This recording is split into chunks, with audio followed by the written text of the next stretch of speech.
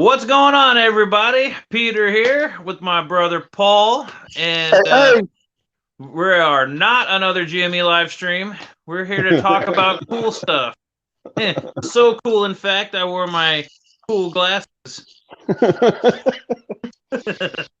and while we are doing that, I'm going to be streaming on Twitch playing Red Dead Redemption and trying to not be completely and totally awesome while I'm doing it. Yeah. Also, you gotta bear with me. My internet's not that great, so I might end up getting cut out. Who knows? And also, all apologies in advance. I really suck at RDR2, so we're going to get all the apologies out of the way here. RDR2. That's funny. I just got that because you were saying R2D2 on the text earlier, and I was like R2D2. I figured you meant Red Dead, but I was like, that's funny. It must have auto-corrected because I didn't do that like intentionally, and I had to type RDR2 on social media and on the Twitch stream and like everywhere. So it's like I had to type that several times.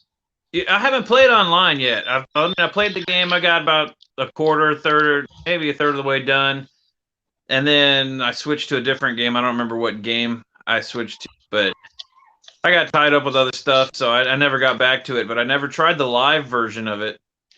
It's growing on me. It really is. What the fuck? I just got thrown off my horse. It's growing on me. I'm enjoying it. There's a lot more to do than I thought there was going to be, and I'm kind of getting wrapped up in it now. Wait, don't do that. I've been doing some I've been just working here on drawings and videos and stuff like that, trying to get some more progress done. What the shit? Sorry, hold on just a second. I got someone knocking on the door here.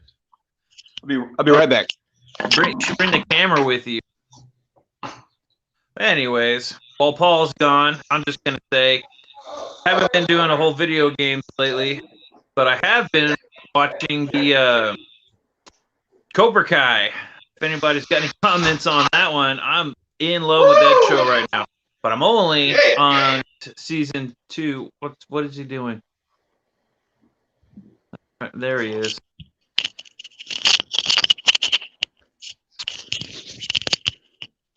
I was telling them about Cobra Kai. I'm on season 2. Yeah. Right now, I got Cassidy. Well, she was watching the. So we finished season 1, and then we started season 2, and then halfway through, I realized, oh man, we got to watch the movies.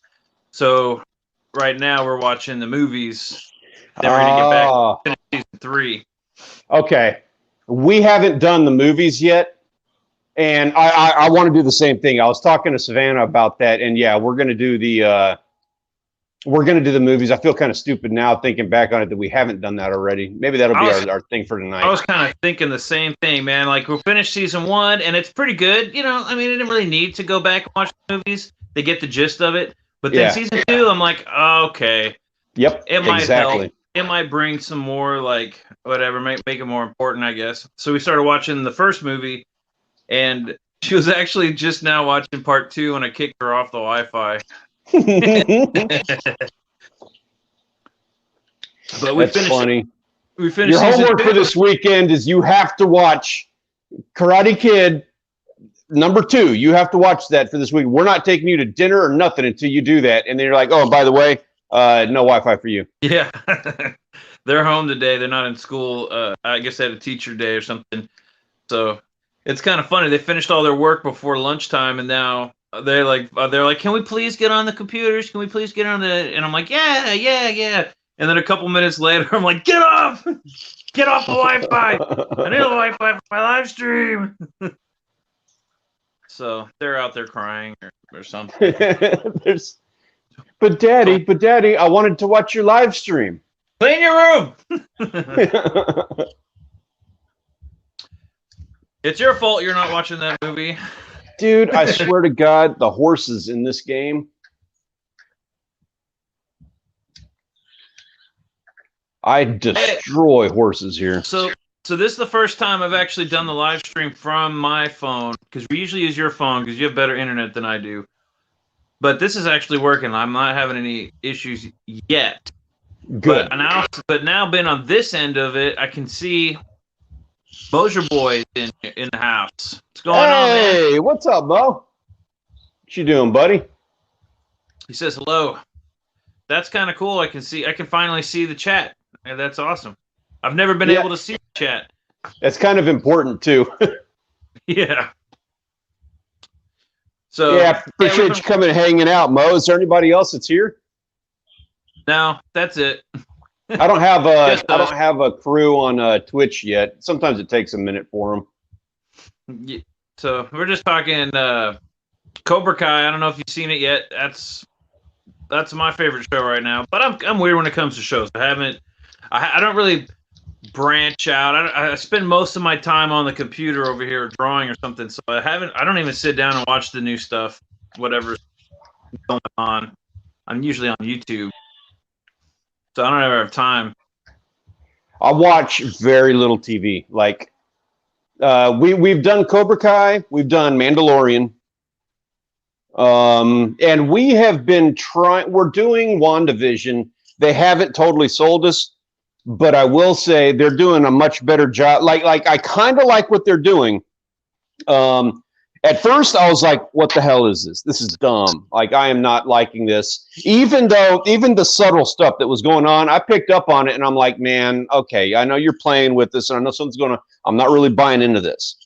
Now, a couple of episodes in, I'm like, okay, I'm going to give this a chance. Like they kind of got me over after a couple of episodes now.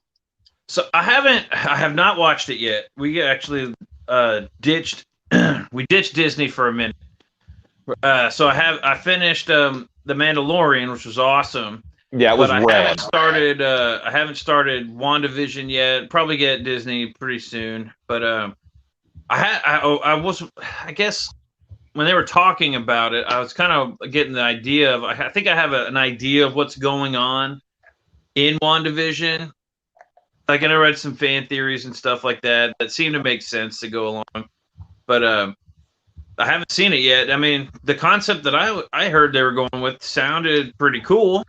And then the Scarlet Witch, I don't remember that actress's name. Yeah, she's one of the Olsen kids. But you know the Olsen twins from Full House. That's like their bastard stepchild sister that was never famous.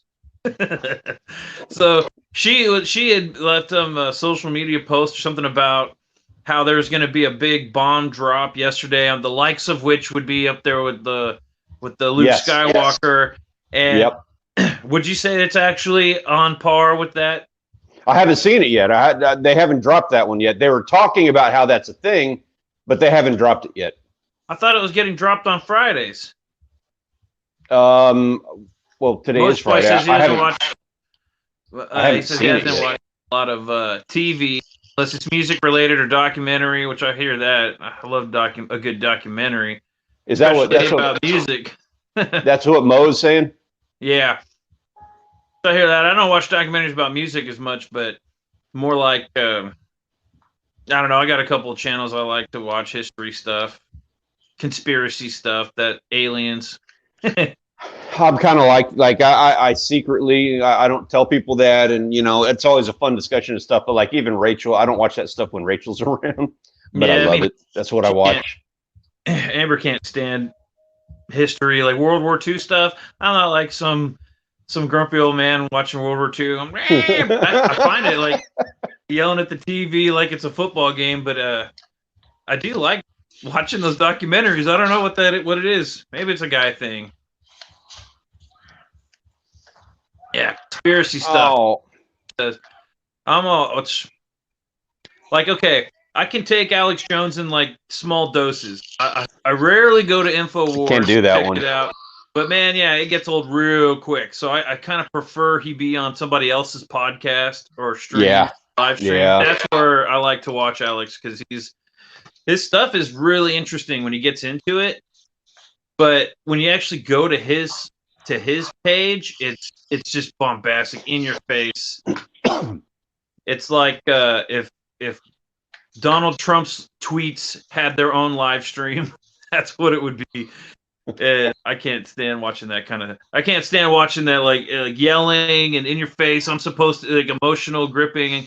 it gets old real quick, and I'm like, all right, 5 minutes. I'll just wait till you're on 10. Yeah. I don't even know. I couldn't tell you which ones like I enjoy more than others. I know, well, it's okay. So Joe Scott is one that I love. And he's not the one that's like the conspiracy theory guy. He's the one who's like, okay, Tabby Star. Let's talk about Tabby Star. This is this is what they found, and this is what, you know, the options could be, and this is why people think that it could be an alien thing. But here's the reasons why it's probably not an alien thing. Oh, you And watch those? The debunking videos? No. I'm not doing the debunking ones. I like Joe Scott just because Joe Scott is like one of the greatest YouTubers ever, period, bar none.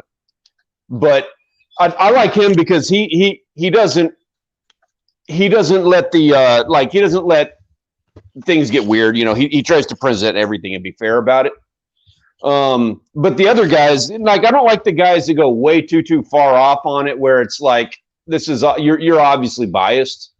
I like it when they just, you know, whoever, and I can't even think of a name, but I like it when somebody is just straight up like, you know, this is aerial footage from the Navy that they released that they have no answers for. Let's take a look at it. This is what we know about it. You know, yeah, it could be one of these. The aliens is obviously an option on this. You talk about like the Tic Tac video and all that stuff. That's the recent conspiracy kind of stuff. Yeah, I mean, I'm kind of referencing the recent drop of the videos that the military did like a year ago or whatever. Mojo Boy says A Rich Man's Trick. It's probably my favorite conspiracy documentary. I haven't seen that one yet, but I will say that there's new age conspiracy type stuff, and then there's like the old school internet conspiracy stuff, right? The new age, it gets weird because then you get into QAnon and all that weird nonsense. But which I think, I don't know, I don't really look into that much. But then you got like stuff like the Tic Tac video and the Pentagon releasing all those. There's all those documents. Have you heard about that? Like as part of the stimulus, I think if I'm not mistaken, it was part of the stimulus that they like snuck it in there that they have to release all their files or something within a certain amount of time. And so they did, but they did it like just real quick. They just dumped everything all at once. It's all heavily redacted information. And so people are kind of sifting through it, and every now and then a new file will come out and say like, so and so had a device in the hallway and he took it to his office, and then something or other. That kind of stuff is that's like another kind of like the real life. It's not really a conspiracy, right? They're documents that they're dropping. Yeah. But then there's the old school like internet conspiracy stuff, which I think is really interesting. When you compare it to what's going on now, right? Like all the crazy, the stuff that you hear. Like 10 years ago, about 15 years ago, I'm hearing about the Denver International Airport. Nobody talks about that anymore. Yeah. Did that get debunked, or is that just like not a popular one to talk about anymore? Like, what happened with that? Because nobody references it. I think everybody just kind of forgot about it, right? I haven't heard anybody. I mean, I watched some debunking videos. Have you ever been to that airport? No, never been to that one. But it's just an airport. Right? So there's like with a cool canvas, infrared blocking canvas top that goes over the that was one of the conspiracies, right? So there's all kinds of conspiracies about that airport, that with the New World Order plaques and all that stuff. But what's interesting, all the artwork. The artwork. Now the artwork has been painted over. It was painted over a long time ago, but you can still find the original paintings online. Yeah. And what's really kind of eerie was back then that was this nonsense, crazy talk, right? New World Order. I don't think there was any reference to a Great Reset, but clearly the paintings suggested a Great Reset. The paintings were all about like the fall of the West and like people and the uprising of like the new whatever order, whatever. Isn't it called the New World Order or something? Yeah, it was the New World Order, and that's like an organization, right? Which I guess they just changed the name. and their slogan is now "Build Back Better," and they're that's the Denver. Oh, that's it. That's aliens, dude. Yeah. Bring back better. That So doesn't sound at all like something an old mom would come up with. right. Well, then Biden took it. He stole their slogan. That's copyright. No, that means that he's the leader of the aliens. So it's the Denver International Airport. If you look it up, they built this thing. It cost way too much money to build this airport. It's got all this unnecessary stuff. There's all these conspiracies about why the fence is designed to keep stuff in, not keep stuff out. Yeah. They suggest that there's like they were going to use it as some sort of FEMA camp or concentration camp or something. This is like 15 years ago. This was big news, right? It had these paintings that depicted like all these people in pain, suffering. There's gas. Yeah. There's like soldiers with gas masks on, and then like a series of paintings that basically showed the fall of humanity through some kind of virus or military suppression, but gas masks are kind of like giveaway. And then at the end, it showed like the sunrise, and all the people that were left were happy, and it was like big. And now, 15 years later, that crazy conspiracy is looking pretty freaking realistic to me, man. Now I like combining the old conspiracies with what's really happening now, and it's not QAnon. It's not bonkers. All this stuff is being proven, and people forgot. That's why we need more. That's why we need more Justin Wayne getting under the bottom of these internet mysteries, man. Dude, I tell you what. On that note, I am going to say I am so stoked about Storyfire going under because now I have access to all of this Wang videos on YouTube. So what's going on with Storyfire? What's the deal with that? Oh, that whole site's just burning to the ground. McJuggernuggets couldn't maintain. He had wasn't his first site though, right? I don't know, but McJuggernuggets was a YouTuber. Okay. And I was just never a fan of his channel. I never liked it. I just didn't like what he was doing. It just wasn't funny to me. He's just a prick to his family, and you know that's the whole joke. Is like, what prick thing is he going to do to his family today? So I never liked him and stuff, and I understand. Like I do agree with his point of view. He started Storyfire because YouTube was, not monetizing his videos because he's cursing in his videos and stuff. And, he got mad about that. So he went and started his own thing. Shocker. There's no money to be made. Advertisers don't want to pay. They don't want to put money on somebody that's cursing a whole bunch and treating their family like crap. And it's cool that there's a platform that you can go to put that content where you're not going to get like banned and everything, but there's no Twitter. money in it. Yeah, right. Exactly. It's Twitter. You wanted to hate on somebody, go to Twitter.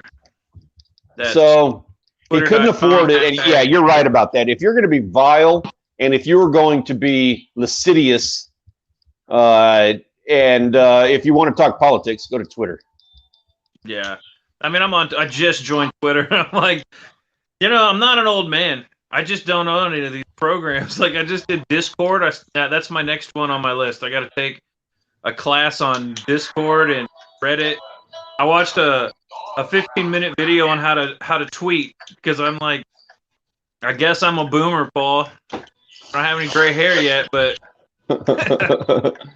and then okay, so like in Cobra Kai, that's really funny. The first season when they give him the internet, that's exactly how I felt when I was on Twitter. I was like, whoa, I can look up all this stuff on Twitter. You remember that episode, Cobra Kai? He got the internet. Dude, that was hilarious. I like that. That season was great. Season 2 was like, wow. You know what? They did a really good job on that. Most of the time, it's just like, let's rehash the same jokes. Let's just keep going through the, like this. There's no substance to it. But on that one, they're fulfilling a storyline. They're continuing it, and I like it. Yeah, I like it. Girls like it. We're having fun.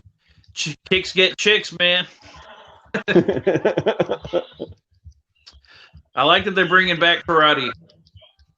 But me too. It makes me want to take a karate class. Right? Now my daughter, my youngest daughter, Hazel, so she's like constantly punching me all the time now. Like she does it normally. She would do it like every now and then. She just come and start hitting me. But now it's like every time she comes up and we have like a little karate match, and then I like, punch her in the face, falls down, cries. Not really, just kidding. More like the shoulder. Dude, I gotta say, like TV in general is so good these days. I mean, it's a hit or miss. You got some shows that are great. Then like for every, I would say 10 shows, you get one good one. But I think the reality between all the stream, all the different platforms or whatever, I think it's more like every 100 shows you get one good one, or for every streaming service you get one good show, maybe two good shows. Yeah, you're right about that, and that does suck that you have to be subscribed to so many things. But at the same time, like I'm sick of peddling to NBC and CBS and networks. Even like the other guys. CW and what was that? I don't even remember like the names of the shows on there anymore. But you know what I'm saying? Like we got Brandon O'Neill just got in here. What's going on, man? Dude, Brandon O'Neill, what's up, buddy? And you're following me everywhere, man. Mojo Boy's asking if we've tried Rumble. I have not tried Rumble. What's on Rumble? Rumble, is that the one that Quartering does? I don't know. I know some of the other guys that I watch are on the Blaze, but I'm not going to subscribe to the Blaze to get. That's like subscribing to InfoWars, in my opinion. That's like a streaming service. I'd rather do timcast.com. Sign up for that one. I don't know what I would do for a separate platform. So I mean, this streaming stuff, it's awesome that all these shows I used to watch. But what sucks is I already bought all the seasons on DVD. So I guess I wait for the day the internet is out, and then I actually use my DVDs. But kind of like CDs, like nothing eventually is going to be even playing DVDs, and I'm going to have DVD players anymore. Or Blu-ray players, whatever. That's the future. So, like, I was trying to watch. It's nice that I can watch X-Files. I didn't have to buy all seasons, but I bought all the Frasier. I bought all the Seinfeld. Bought all the.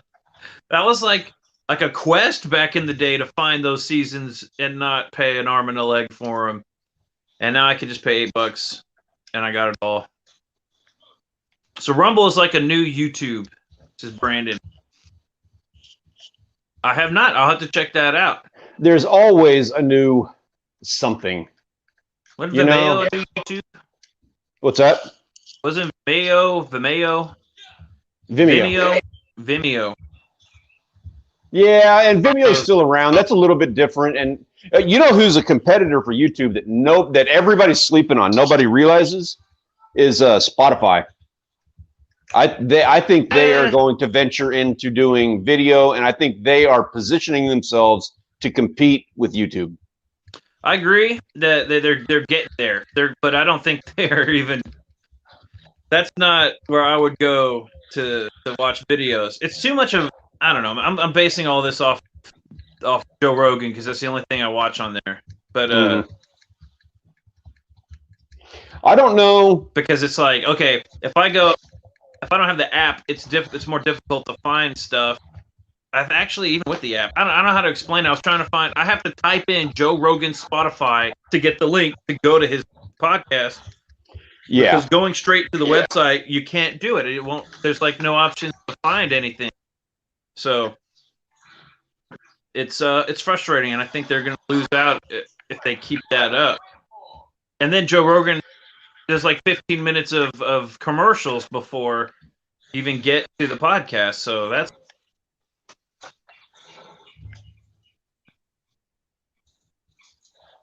So, anyways, back to the internet thing, the conspiracies. There's so many so many old school conspiracies that tie in to stuff that's going on now. I don't know if you remember the FEMA caskets. Do you remember that? I remember that being a thing. I haven't heard that in a while, but that one, I was just thinking about that the other day. It's like, so basically they had these, they weren't actually caskets. They were, So they were like grave liners, I think is what they were called. Grave liners. So you basically have a grave. They line it with this plastic tub. It's just a big plastic bin. It's got a lid. You put the grave in it, you put the lid on it. And welcome to the future of burials, by the way. yeah, well, so they had so many of these things, they were stockpiling them on this farm. And then the farmer, and this is the debunking part, right? The farmer was like, no, they just needed a place to store all these grave liners. And people saw these grave liners by like the thousands, on the roads, all being taken to this farm, and everyone was freaking out, like, what are they doing with all these grave liners? Now, naturally, a lot of people die, and the people didn't know they were grave liners. They thought they were like FEMA graves, or I don't forget what they called them, but there was a weird little thing about it, like FEMA was the one storing them or something. I don't want to like misinform people. But it was something along those lines. Like FEMA was involved somehow. And the debunking part was they're just grave liners. People die all the time, so naturally they need thousands of these things. So they were storing them on this guy's farm. But there were a lot. The conspiracy part was that there were a lot more than they would or could ever need in that part of the country. Like there's not that many people over there. So yeah, but wouldn't they be like storing them all in one place anyway? And like even if they needed them in like a different part, they just ship them from that one warehouse. And they're plastic, so that's not like they need to go in a warehouse or anything. So that's like that. That was that whole thing. But that was a few years back. That was like right after Katrina, a few years after Katrina, when people were talking about FEMA. So that was another one. I guess you could tie that in and say maybe they're preparing for this, for that virus. Oh, I think I just fucked up. What happened? Oh, dude. The horses and wagons in this game, dude, they are the worst. You should have like a screen so that we can see what's going on. You know what? You're going to have to get on Twitch and watch him play on Twitch. Yeah. If you want to see what he's doing. But don't leave. We've only got 3 people in chat right now. Don't leave me. You can go to his Twitch later. You're not missing much. Right now, I've got horses stuck on a pallet because they don't know how to walk over a freaking pallet. You know what? I should have had the TV on Twitch watching your Twitch stream while you play Twitch. That way they don't have to go to your Twitch stream. They can just watch your Twitch stream from my stream. That's funny. I think that's actually a violation of rules, but I still find that like hilarious. I'll do it. Dude, and that's it. And I lost the mission because the horses can't walk over a pallet. As you like, I'm waiting for you to smash the controller and like grab the kitten and throw him across the. Grab the kid. That's what he's there for. Stupid cat. You're gonna be one of those gamers. That just like, yeah, I mean, that's my whole like niche in the gaming thing since I'm going to take over. It was right there. I was 30 freaking feet from the end of the thing, and the horse got caught on a pallet on my way into town because I had to go off the road to get to my camp. Freaking stupid. Just got a text message. I didn't say it was from who, but I think it had an M on it, so I'm assuming that's mom. Says she can't chat. Oh, we're down to what? 1 viewer? We're only down to 1 viewer now? Are they? I've got yeah, she probably just can't chat, but I'm sure she's on there. I was talking to her about jumping on there. That's cool. I was talking to Jesse earlier to come check it out, but every time I tell Jesse, he doesn't ever get on. Dude, I was talking to him about doing some YouTube stuff, like so many people, and Jesse's in on this, I'm afraid, but I'm like, dude, like, you want to do a YouTube channel or something, let's have a chat. And then nobody ever comes to have that chat. That's fine. I need all your extra time apparently because I'm still getting. You don't have time for them, Paul. You got to help me with mine because I can't even. I'm actually calling you and trying to get all this going. Paul's teaching me how to use Twitter, everybody. And how to use Twitter. You're like, apparently, like there's this whole thing you can do on there. I tweeted my first tweet and I was like, yay, it's my first tweet. And then, I don't know, nobody saw it, I guess. I saw it. Yeah. Oh, speaking of which, yeah, the whole thing on Twitter, FYI, like we talked about Instagram yesterday, the whole thing on Twitter is about getting retweets. That's the goal. You want to say things that convinces people to share it out. Man, I got so many ideas for that, but I'm afraid if I did it, I'd go down the rabbit hole of that political bull, and I don't want to go down that. Yeah, avoid that one. Like I have so many Everybody's funny tired ideas, of that. so many memes, man. I can make a meme. I think I can make a meme pretty quick, but then I'm gonna be like that guy. I don't want to be that guy. I think I'll just stick to making random videos about nothing and live streams, trying to capitalize on week old news in my title. I wanted to live stream that day, Monday, because Monday there's like GameStop live streams everywhere. I'm like, man, if I had a live stream with GameStop in the title, I'm gonna get 100 people in it right now. Ew, that's no kid. Have you seen Camelot 1331? No. The YouTube channel? It's a pretty decent channel. Like I would suggest people watching it because it shows just how easy a YouTube channel can be. But all the guy does is he was a manager for GameStop, and they treated him like crap. You know, like he loved his job originally, but then they started going downhill. They started treating everybody like crap, like really bad. All those things we heard about. And so when he got fired, he just like sat down, like he needed some way to vent. So he just went on YouTube, started recording minutes of him like just complaining about, just selling him out, telling everybody everything that happened to him at GameStop. And he did a 100,000 subscriber channel just talking about GameStop. It happened to be at the time when GameStop was a topic, but that's all it took for him. I have seen that, but he falls in line with a category of YouTubers that I've watched that all they do is they complain about their ex jobs, right? Now some of them are worth watching and they're pretty good, but like the ones where they I've been listening in on the phone calls, the corporate meetings, those have you ever seen those YouTube channels? Those are interesting. But then they get boring after a while. It's like, okay, I'll wait till you're on Project Veritas, and then I'll just catch it. They'll do it, the interesting stuff. So Brandon O'Neill's on here. He says, conspiracy about China buying millions of rounds of 9mm and stockpiling tons of rice. Been hearing about it past couple of years. Now, I have heard about the rice, but I haven't heard I guess I have kind of heard about them stockpiling ammunition, but I didn't know particularly 9mm. I haven't heard that one. Yeah.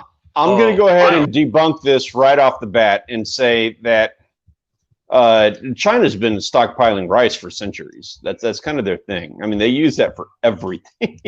Don't they buy our rice? I thought they were buying. Do they really? Yeah. You didn't know that? I'm pretty sure. I didn't know that. I'm pretty sure they buy our rice. They're like any red-blooded American, dude. They saw that we elected Biden, and they're like, man, we better stockpile some 9mm bullets because we're going to get shut down on bullets. I guarantee that's what happened. Yeah, but their citizens don't all have guns. That's not like America. They don't need it. They don't need it. Nobody wants that. I wonder what their gun control laws are in China. Like England, where you can't own a gun. I think. What's another one? Unless it's like a Australia, you can't own a gun. I thought that was weird. Australia? Yeah. Well, soon enough, man. Here, I mean, it's coming. As much as everyone wants to fight it, and I completely disagree with it, but I feel like it's inevitable, man. Like everything, like we're talking conspiracies here, right? China buying these millions of rounds and all these conspiracies we've been hearing about for forever, and then now this stuff is happening, and we're just like, oh yeah, that makes sense. I heard about that one. Like it's no big deal. Like I don't know if you remember or not, but when I was in high school, I remember this Kim Jong-un, or was it Kim Jong-il or Kim Jong-un, the old dad? The old one. I don't remember which was first. So they're going into North Korea, and they're like, oh, hey, we got nuclear warheads, so we're going to go and investigate. And then remember that whole spiel back in high school around that time? Yes, I remember that. So they're like, no, you're not going to come in. A month later, they finally let them in. And then guess what? There's nothing to see here a month later. And then guess what? 10 years later, oh, we've got nuclear missiles, and we're going to point them right at you. But another thing about that, and this is something that we don't like quite understand over here, but those Eastern countries or whatever they're called, they're notorious for like putting out propaganda. Like I remember Korea was talking about, or China or somebody was talking about how they had a missile. Like they literally, like they had the thing, they were taking it down the streets, they're parading it in front of the people. They had the armies, walking behind it in sync. They were showing this thing off. They were celebrating that they had a missile that could carry a nuclear warhead from that continent to America. Now that's something that's an exceptionally hard thing to do. I watched a Joe Scott video on this, and they were talking about how, okay, here's the math on this. In order to fire a rocket like that, you have to have so much fuel. Yeah, but I mean, fuel, that's like something for them to brag about, right? We could get a missile over there, but that doesn't mean they could get it past our defenses. But no, and that's not what they were talking about. Like the logistics of firing a missile from China to America it's not impossible, but it is exceptionally difficult because of the amount of fuel, how light the fuel has to be, how light the whole package has to be in order to get it across. It's not like you can just make it 10 feet longer, cram it with some more fuel and get over here. The issue with that is the math is like trying to launch a rocket to Mars. You have to walk a really fine line of how much fuel, how light the whole thing has to be in order to carry a warhead. And they can make a rocket do that, but nobody's been able to make a rocket do that with like a nuclear warhead attached to it. So they're sitting there saying they got it, and like the scientists are calling BS on this. Like, dude, you can't do that. There's no way with the manufacturing stuff you have, you can't do that. It's just a big Coke can they're showing painted like a missile. Yeah, exactly right. That's exactly like they're basically just showing off like this PVC pipe that they painted green. Well, that's besides the point. What I'm saying was like, I remember when the big news was, are they doing it? And then they're like, we had to wait a month. Like, that's not suspicious, right? Oh, a month later, UN people go in and say, oh, nothing to see here. There's nothing here. We look. And then we're all supposed to believe, okay, so a couple months later, we're supposed to believe, okay, I guess they don't have, we were wrong. I guess we were wrong. And then they start threatening that they have it years later, and it's like, wait a minute, I remember this news story. They were saying that they were doing it. We had photos of them doing it from space, which is the other thing when it comes to China. Who's to say they don't have a satellite with missiles up there? I don't know how that works, but it seems like a lot easier to just wait till your satellite's over America. I'm sure there's some kind of, I would hope to God there's some sort of like fail-safe for that scenario, but Star Wars, the program that Reagan did. Star Wars? Yeah. Well, and now we got Space Force. Yeah. We're getting there. We are this close to the Federation. Yeah. And then we're going to go do some fighting in space. That's something to see. But I'm saying, so we got these conspiracies. I guess it was news, so it wasn't a conspiracy, but the idea being that they were doing it. And then years later, we were supposed to just forget about all that, and then now, oh yeah, they've got nuclear missiles. That's not surprising. Is that surprising to you? Because naturally, they're a country. They're a big country. They kind of whatever. But so yeah, they got nuclear power, and then that's not a big deal. It's a duh. We all knew they had it. And it's like, no. Last I heard, they weren't supposed to have it, and we were supposed to be regulating them. But I guess I'm wrong. That's where the conspiracy comes in. Why is this normal now? Yeah. All these things that used to be these conspiracies, this great reset is like, it's on the internet now. You can go see it. They're saying they're going to do it. I'm not yet concerned about it. Maybe I should be, maybe I shouldn't be, who knows. But the fact of the matter is that what was once said, you're crazy, you're a conspiracy theorist, that's nuts. Now it's like, oh yeah, duh. That you didn't know that? They're trying to purify the planet and make it green and make everybody happy. Duh. Idiot. I'm like, oh, I'm sorry. I thought I was a conspiracy theorist. We were mad about this. Y'all made fun of me for being mad about this in the 90s. Now it's like normal. Yeah. What the hell? Now they're like, okay, you're crazy if you think that that's a bad idea.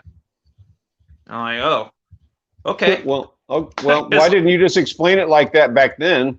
Yeah, no matter what I do, I guess I'm crazy, which is fine. That's fine. Remember that, what is it, Project Jade or something like that? I don't remember. It was where the military was going to come, they were going to reenact like raiding America, where they were going to drop off their troops into cities in America.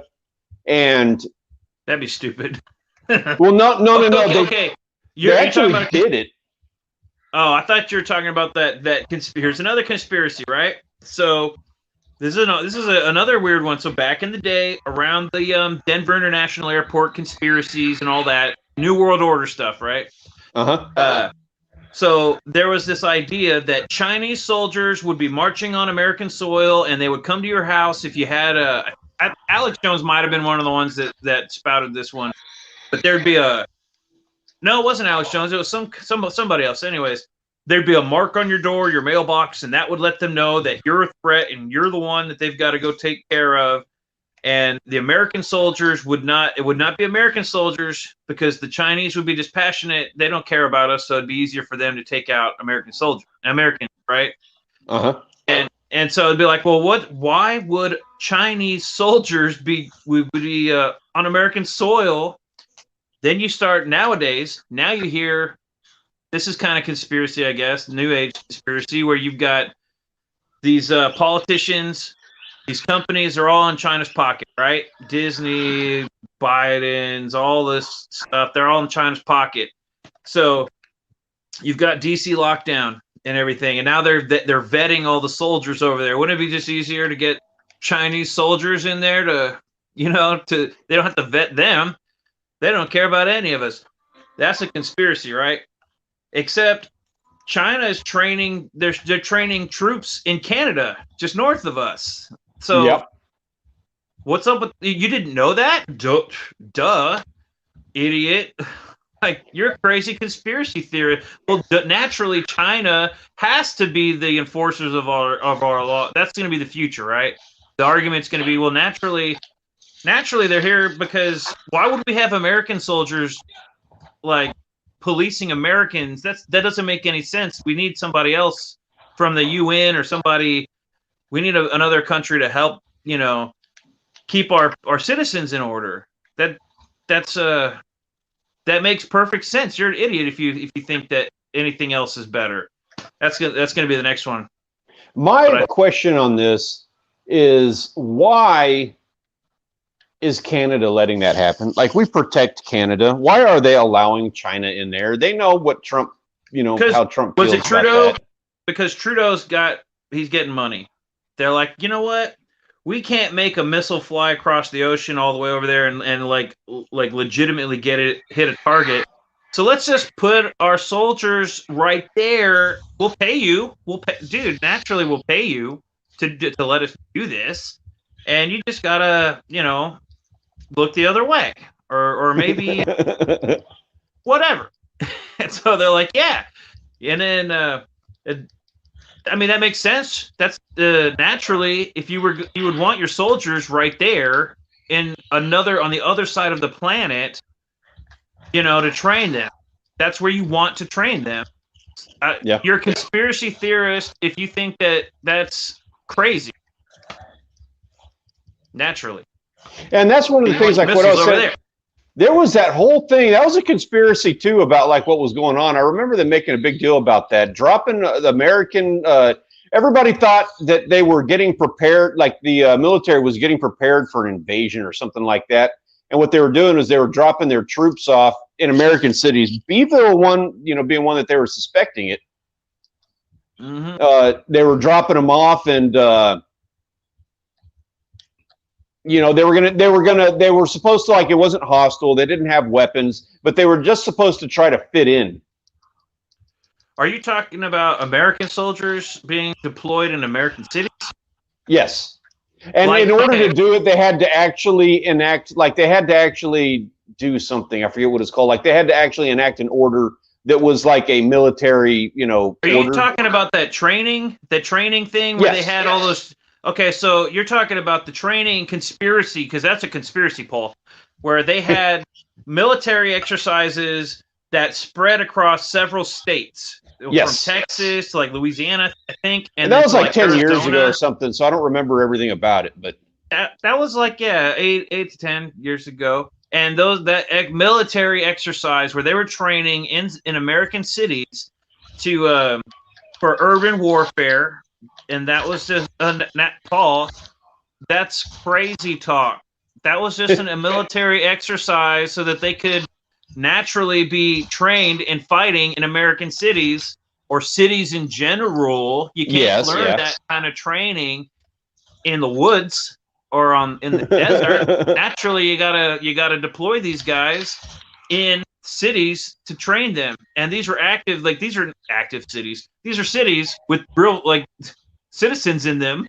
And they were like doing these trainings around like Houston, I think I remember a story about a helicopter that was going around some building, and they were like deploying I remember them rappelling down some building in Houston.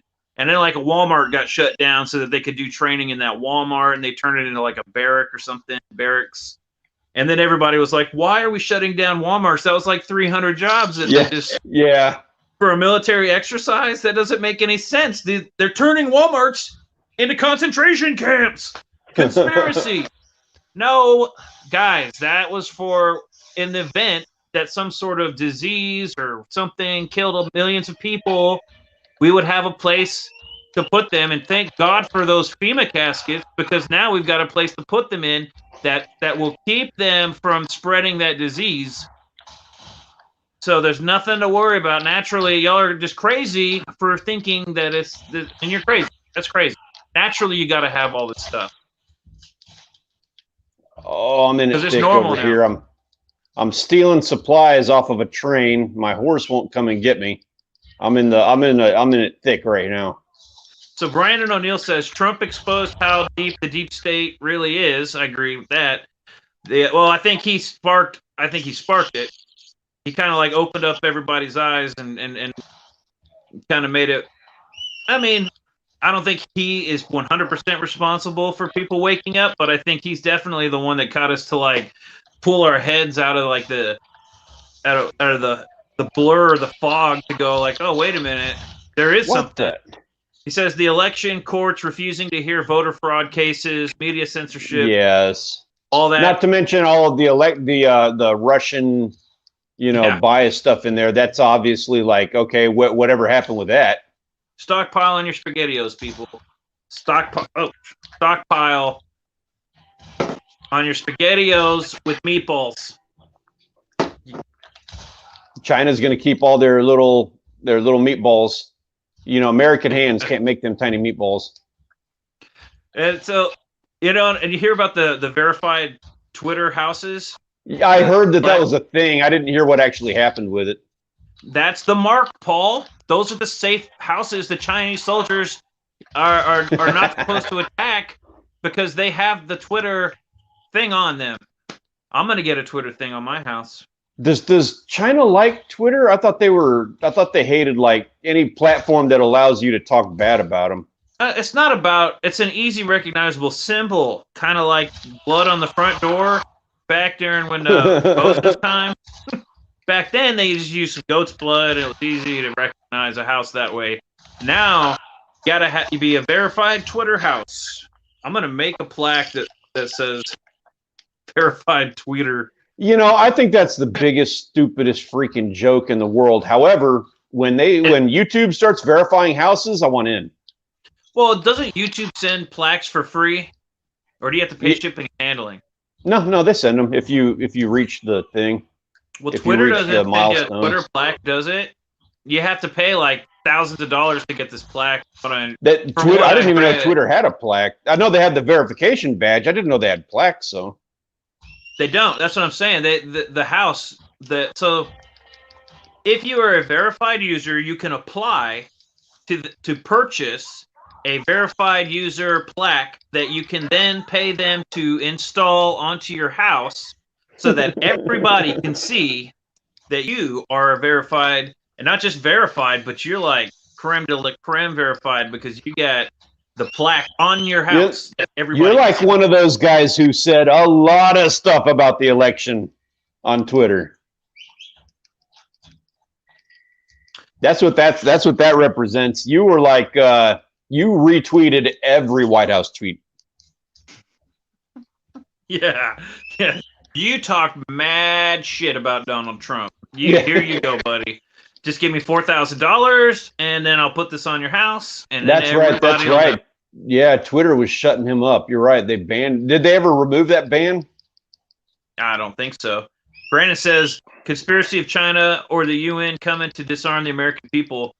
That's what I'm talking about. That old school conspiracy theory where you'd have a mark on your door that would either signify that you're a threat or a non-threat, and then I can't imagine what that would be like in Texas. I can see that maybe in the East Coast or California, maybe, but in Texas, I'm sorry, I don't know how many people are going to have that Twitter on their door. I have no idea how they're actually planning on pulling that off down here.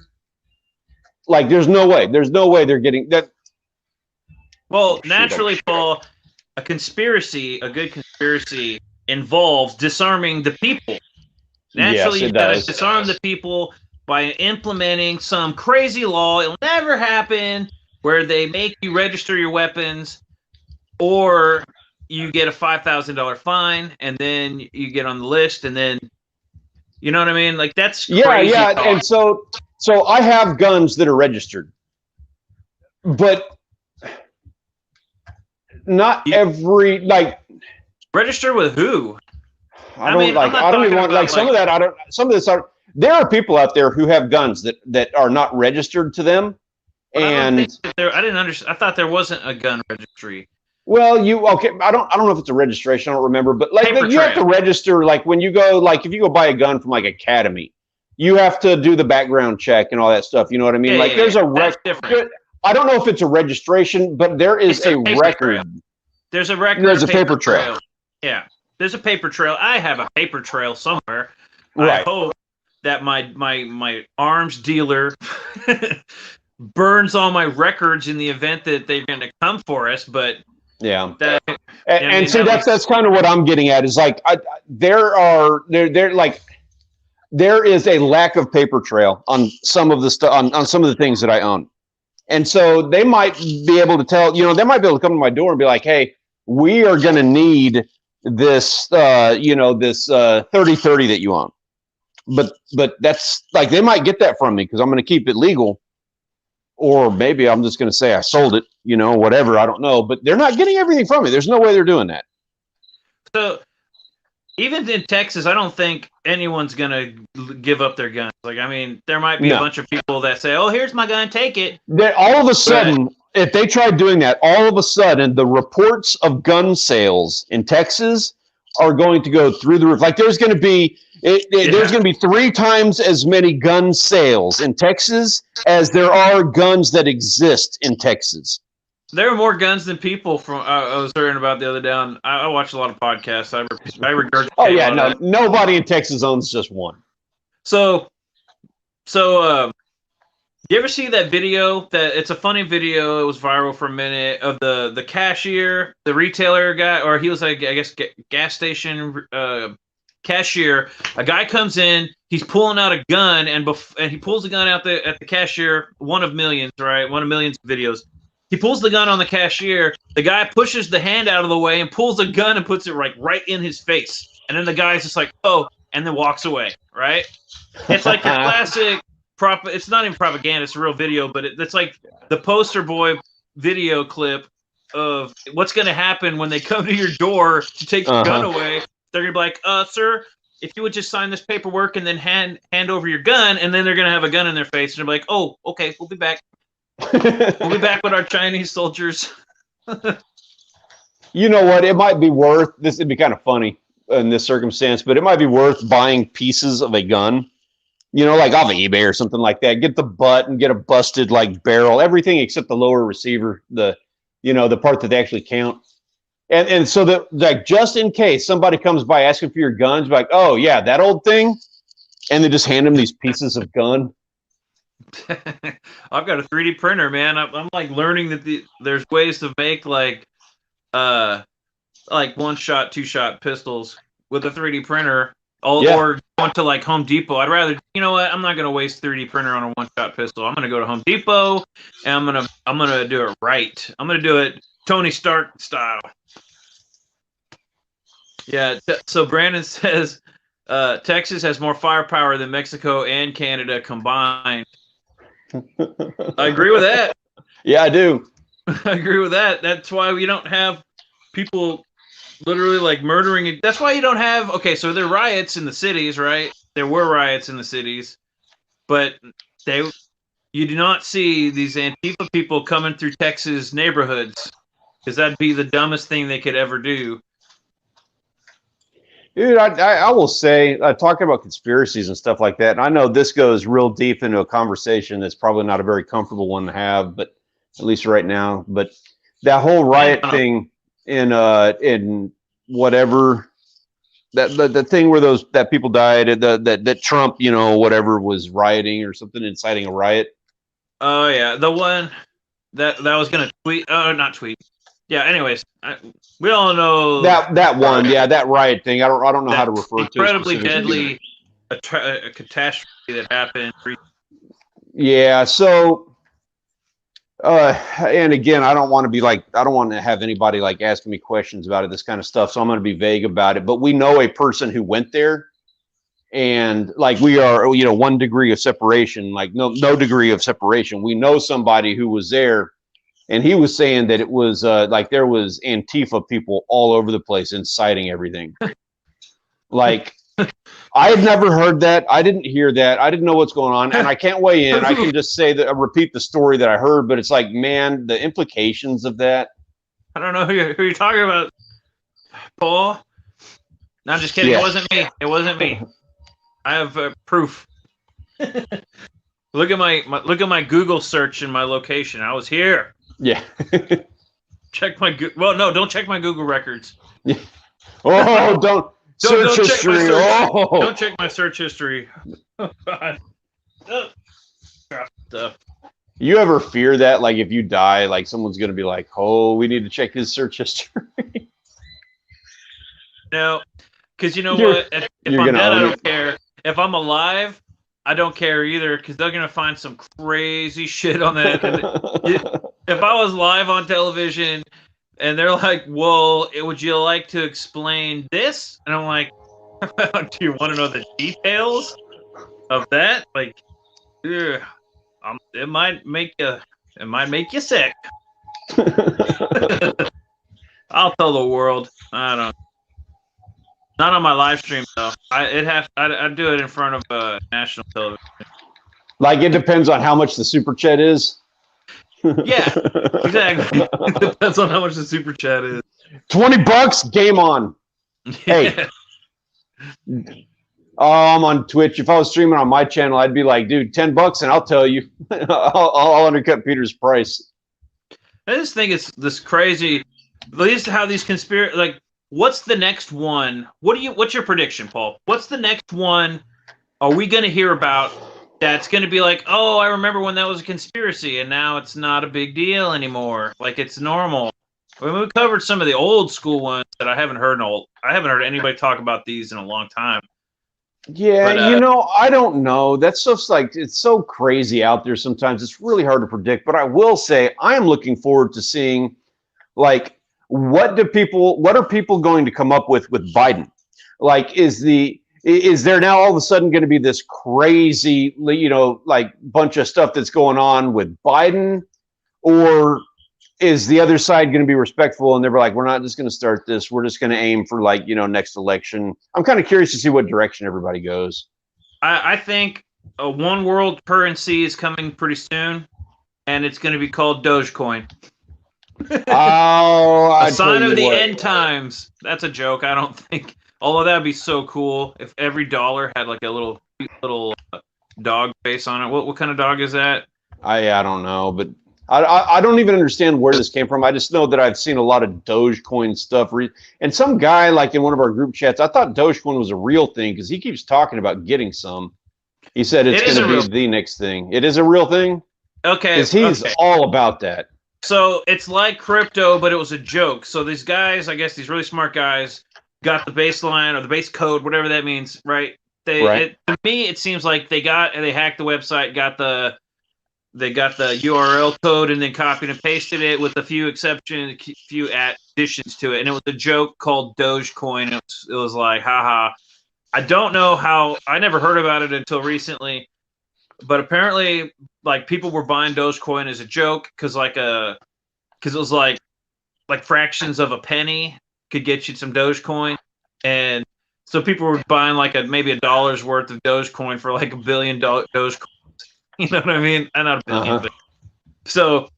And then it was just a joke up until recently. Like more and more people slowly did it as a joke and a meme until this whole nonsense happened.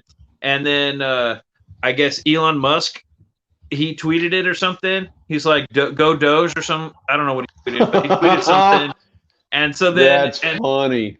And I don't know if it was already booming or if it was because the news said it, and that's why Elon Musk said it. But it was basically in a conjunction with the news trying to get everybody away from GameStop. And so they were like, "Hey, look, Dogecoin, silver, get your Doge." And then I know Elon Musk was in there somewhere saying, "Go Doge, buy Doge." And now he's the one that started the whole. He's the one that started the whole GameStop and AMC thing. He didn't start it. He basically brought attention to it for sure, more attention to it. Is that okay? I thought he sent out a tweet that was like sent out a firestorm, started that whole bunch of things. It was already going when he sent that. I honestly don't think Elon Musk is to blame for any of for any of the instances occurring. I think that he sees this movement and he's like, go Doge or go GameStop, I love that I love that social media, like, and I know it's Elon Musk, but he's kind of like, like I'm not a fanboy of Elon Musk, but I giggle every time he does a thing. I giggle about it. He just does stuff that just makes me laugh. I love everything I love everything that he posts and he tweets. It's all hilarious. I even commented on a tweet of his that was like, "You know what, man? Every day my house rumbles from your rocket testing. Every day, like my windows are about to shatter because of your freaking rocket testing thing. God bless you." That's perfect. You need to keep making tweets like that, dude. You did that on Twitter or Facebook? Yeah. Twitter, I think. Yeah, keep that going on Twitter. I want to see you get a response from Elon Musk. I want to see you get that'd be so cool. I'm going to Twitter blast him. I don't know if that's a thing. Sounds gross. I wouldn't Twitter blast him. You save that for the more our XXX and R-rated accounts, but I'll save that for Reddit. Yeah, exactly. So Brandon says Ron White, the comedian, was showing his house for sale in California. He had his AR-15 beside his bed. The woman producer asked why he had it out. He laughs and says he's from Texas and everyone is armed. Oh, that's awesome. Oh, I love Ron White. I haven't seen that dude in forever. Yeah. I would leave mine out except that I can't. I'm not going to. I have kids. I have to hide it. You're a Texan. I mean, if you're going to own a gun, you're also going to handle it right. You're not going to leave it for the kids to get to. They know like enough to not mess with the gun, right? I have no concerns that my kids are going to mess with the gun. You got to be open about the education on that stuff. Yeah. But they are not. They have like zero interest in it. I guess kind of like when we were growing up, we knew where Dad's guns were, but we never messed with them because he taught us. He actually made us fire them a couple of times, but not once. Anytime we wanted to shoot. Yeah, if we ever wanted to shoot, we just go be like, "Hey, Dad, let's go shoot some guns." Yeah. That wasn't anything you had to hide.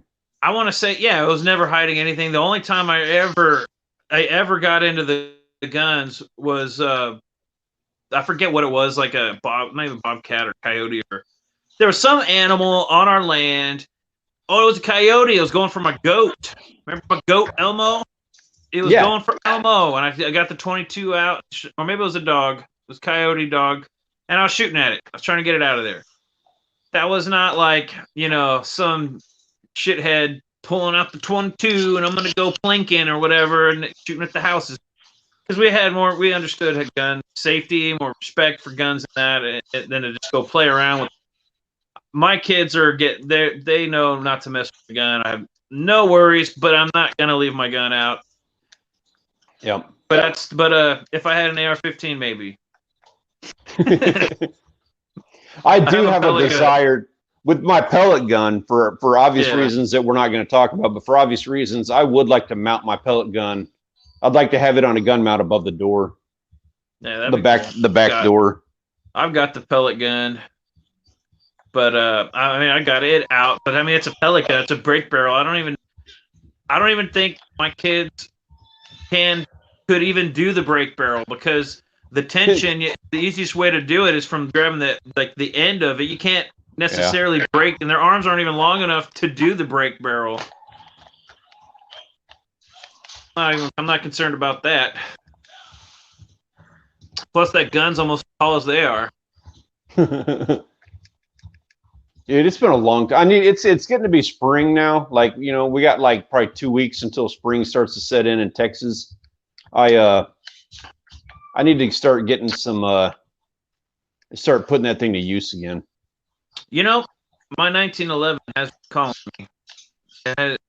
I love that gun. I need to go shoot it again.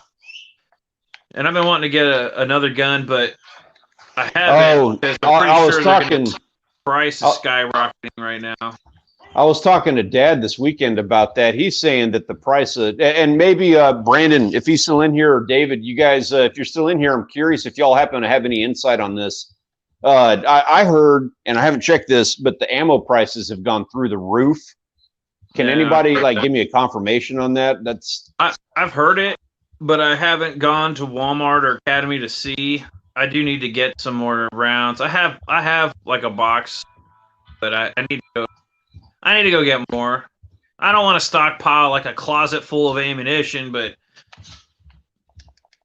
it's been a while. I don't either, but like I've got ammo for all my guns, but I do want a little more. Yeah, but that's the problem, man. The ammo prices have been going crazy since Obama got elected. Well, you're right about that. They have, and now also they've also gone up with COVID. Well, okay, yeah, but what I'm saying is there's always something that causes these prices. Yeah, it's always. You're right. Obama, and then it was Hillary might become president, so we got to buy our ammunition, and then Donald Trump became president. Okay, you know, so we got Brandon says, twice the price at the gun shows. Would you go to a gun show to get ammunition? I would, yeah. Shoot, I'd buy reloaded ammo. I assume it's cheaper. It better be. If it's not, then no. But if somebody was selling like reloads and, you know, they weren't like some really dirty looking dude who doesn't look like he knows what he's doing. If they put a clean job together on some reloads, I'd buy a whole thing of reloads. You know, they probably have more powder. Like a gun range, right? Like, I've never been to a gun range where you pay to go to the gun range. Because we live out in the country. We didn't need to go to a gun range because we have friends with ranches. So we just go shoot some guns off at the ranch. All you need is a pile of dirt. I've never been to a gun range, but do they rent guns? Can you I want to see what it's like to fire that gun, and I rent it and then shoot off the ground? You know, I've been to a gun range like maybe twice. And I don't remember, but I think they can do that. I think they do have guns you can use. Like you can try out the gun you want. I want to try out because that'd be super cool to. I've never shot one of those giant the 50 cal. Is that what it is? What are those giant sniper rifles? Yeah, the 50 cal. I want to shoot one of those, man. I saw one.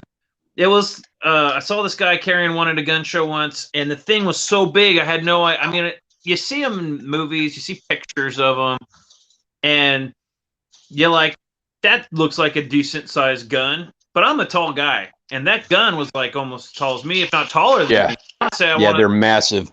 I want to say the one that I saw was like 7 feet long, man. It was huge. It was like beyond reasonable. Like the guy's gonna go bust some tanks with that thing. Like, but it looks like fun. I want to shoot one of those. Would you rather shoot one of those or one of those like miniguns?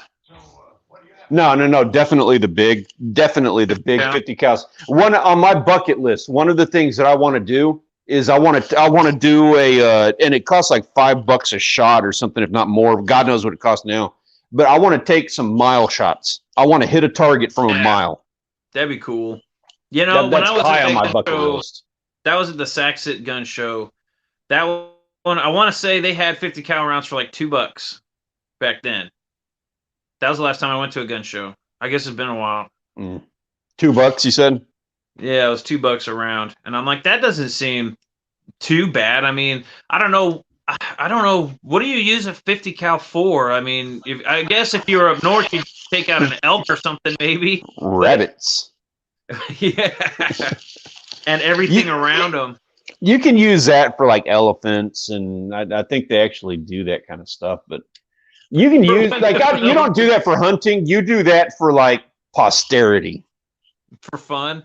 So like when your local zoo breaks out and you need like to stop an elephant, make sure to have your 50 cal with you because you never know, man. It could happen. I remember when we were kids. I remember hearing stories about that one zoo. The monkeys escaped, or was it San Antonio? Remember that conspiracy? The monkeys escaped. I don't You don't remember remember that one. No. Wayne's World. Back when it was open, they had I guess I don't know if it's because they were closing or they had some breakout or whatever happened, but I remember monkeys were in the news because people would just be walking in the country, random people, and monkeys would attack them like out of nowhere in Texas, like mid South Texas, like. I don't remember that. That's hilarious, dude. They were like tigers. I remember hearing about the tiger escape, but I want to say they got the tiger pretty quick. But yeah, that's probably first priority. They just let all the animals out. I don't know if it was they let the animals out or if I don't think they broke out. It's not freaking Jumanji, but or they like I don't know if they let them out or if somebody like freed the animals or what. Because I remember when Wayne's World was still open, and they used to have the zebras. And all that. I guess they sold most of it. I don't think they're still open. I want to say Wayne's World shut down a long time ago. So Brandon says stores are sold out. Indoor ranges usually have guns to rent. Okay, that's cool to know. There's a range outside. Yeah, there's a range down a couple miles away. I want to go check out today. The belt feed gun from the movie Predator. Yeah, that's what I want to shoot. Oh, that's a good one. Is that an M60? An M60. That's what I want to shoot. Yeah, that's when I said minigun. That's like the War Machine gun, right? That's not the one I meant. I meant the M60. That's awesome. That's what I want to shoot. You get the little triggers. That looks like. And I want to drive. Tommy gun would be fun. Someday I would like to shoot an M60, and someday I would like to drive a tank. Doesn't Arnold Schwarzenegger own one? You need to make friends with him. Yeah, no, he gave that tank away. Did he? You're like, yeah, I talked to him. No, he didn't give it away. He gave away a ride, like. Yeah, he took someone on a ride with it. That commercial was the coolest commercial ever. It's a fucking tank. You'll spend the day with me. We go drive my tank. That was awesome. I would love to spend the day with Arnold Schwarzenegger and his tank. Dude, there is a place in Texas. There's a place here in Texas somewhere, I think near San Antonio, that you can get in touch with the owner somehow and then go onto his land and drive their tank around for a certain amount of money. I would bet money. Brandon, I'm going to call you out on this one again. I would assume you probably know, like you're a good person to talk to on this. I assume you watched Demolition Ranch. If not, don't worry about it. But I'm just kind of making that assumption. Does Demolition Ranch have a tank? I used to work like 30 minutes from Demolition Ranch, and I was always trying to formulate a way to hang out with those guys, and I never did it. I always wanted to, but I assume those guys got a tank. So the place that I'm thinking of was on Naked and Afraid. So they let the people go do Naked and Afraid on their land, and then as like I think it was Naked and Afraid, and then as like a bonus, they let them drive the tank around. Or now I'm getting that it mixed up with something else. Damn, dude, I am a freaking. I'm getting destroyed on here again. So Brandon says, I think the cost is $11,000 for 20 people in Texas. That's 20 people on a tank? On a tank? $11,000 sounds about right. You're like okay, this is doable. Hey, Joe Rogan. Right? Yo, Joe. Go drive a tank. He would do that. He would do that, dude. If you told him, like, hey, we're going to go ride a tank. I know he knows who Demolition Ranch is. Joe Rogan does. I'm sure he knows. I'm sure he's been there, done it. And I'm sure he's got it on his podcast somewhere. No, he probably does. Maybe Dude Perfect. Maybe those guys would go do it with us. He needs to get his own tank. And, like, okay, so you keep hearing Joe Rogan's here in Texas. I would love to meet the guy. That'd be awesome. Like millions of other people, right? But he talks about starting his comedy club and all this stuff. He talks about all the things that he loves about Texas, guns being one of them, and the hog hunting and all that kind of stuff. Mm-hmm. Wouldn't it be awesome if he had like a Joe Rogan show where he had a plot of land and did all this stuff and showed people all that? Maybe he does. I don't know. I do see video clips of him doing stuff like this, but I want to say he's on other people's property. They should make a show about that. That'd be more interesting than his podcast has become. His Spotify podcast is totally different than his YouTube podcast. You know, I don't know if he's like a YouTube personality, you know, because his YouTube stuff being just a recycling of his podcast. But I would say I would be very interested in seeing him go out and being Joe Rogan in real life. Yeah. Yeah, he'd be cool. He could hang with us. He's cool enough to hang with us. I'd have to kind of vet him a little bit, but I would be willing to do that, to give him a chance. Like that time we took Matthew McConaughey out on the boat. It took him a little while. We had to throw him overboard. Well, you know, it's Matthew. Mom says she's got a low battery. She's got to go. I'll see you later, Mom. Thanks for joining us. But we had to throw him overboard, but eventually he got cool. He was cool after a little while. Matthew McConaughey. Should subscribe to my channel for the for all those video clips with Matthew McConaughey on my boat. Subscribe to my channel. Hit the notification bell, and I'll show you all the videos we have with Matthew McConaughey. And Joe Rogan's next. He's coming with us on the boat. I'm sure he's got like a yacht somewhere. He doesn't know our Lariki little boat. I'm sorry. He can either come with us on our boat, or maybe we could go with him on his boat. Either way works with me. I wonder if he has a boat. Ranch. Brandon says Demolition Ranch does not have one. I believe Donut Operator has been to the ranch with the tanks. They let you shoot the tank too for that cost. That's awesome. I love Donut Operator. Oh, I got this dude. I got this punk trying to like take me down on my. I just can't get a win on this day. Hey, I saw that. I saw you shoot that guy. I did. I shot him. Now he's trying to steal my stuff. That's what I don't like about Red Dead. You can't shoot. You'd be in the middle of the woods and you shoot somebody, and there happened to be a witness. Viva La Dirt League did a funny video about that. You'd be in the middle of nowhere and somebody sees you, and then you got to go kill them or talk to them, whatever. Yeah. I love Donut Operator. Brandon, that was funny. This recent horrifying historical event that happened recently, I was watching Donut Operator cover Appreciate it live. you bringing your horse back over here for me, bud. Thank you. That let's see if I can get away with it. I don't know if you saw that one or not. But that was...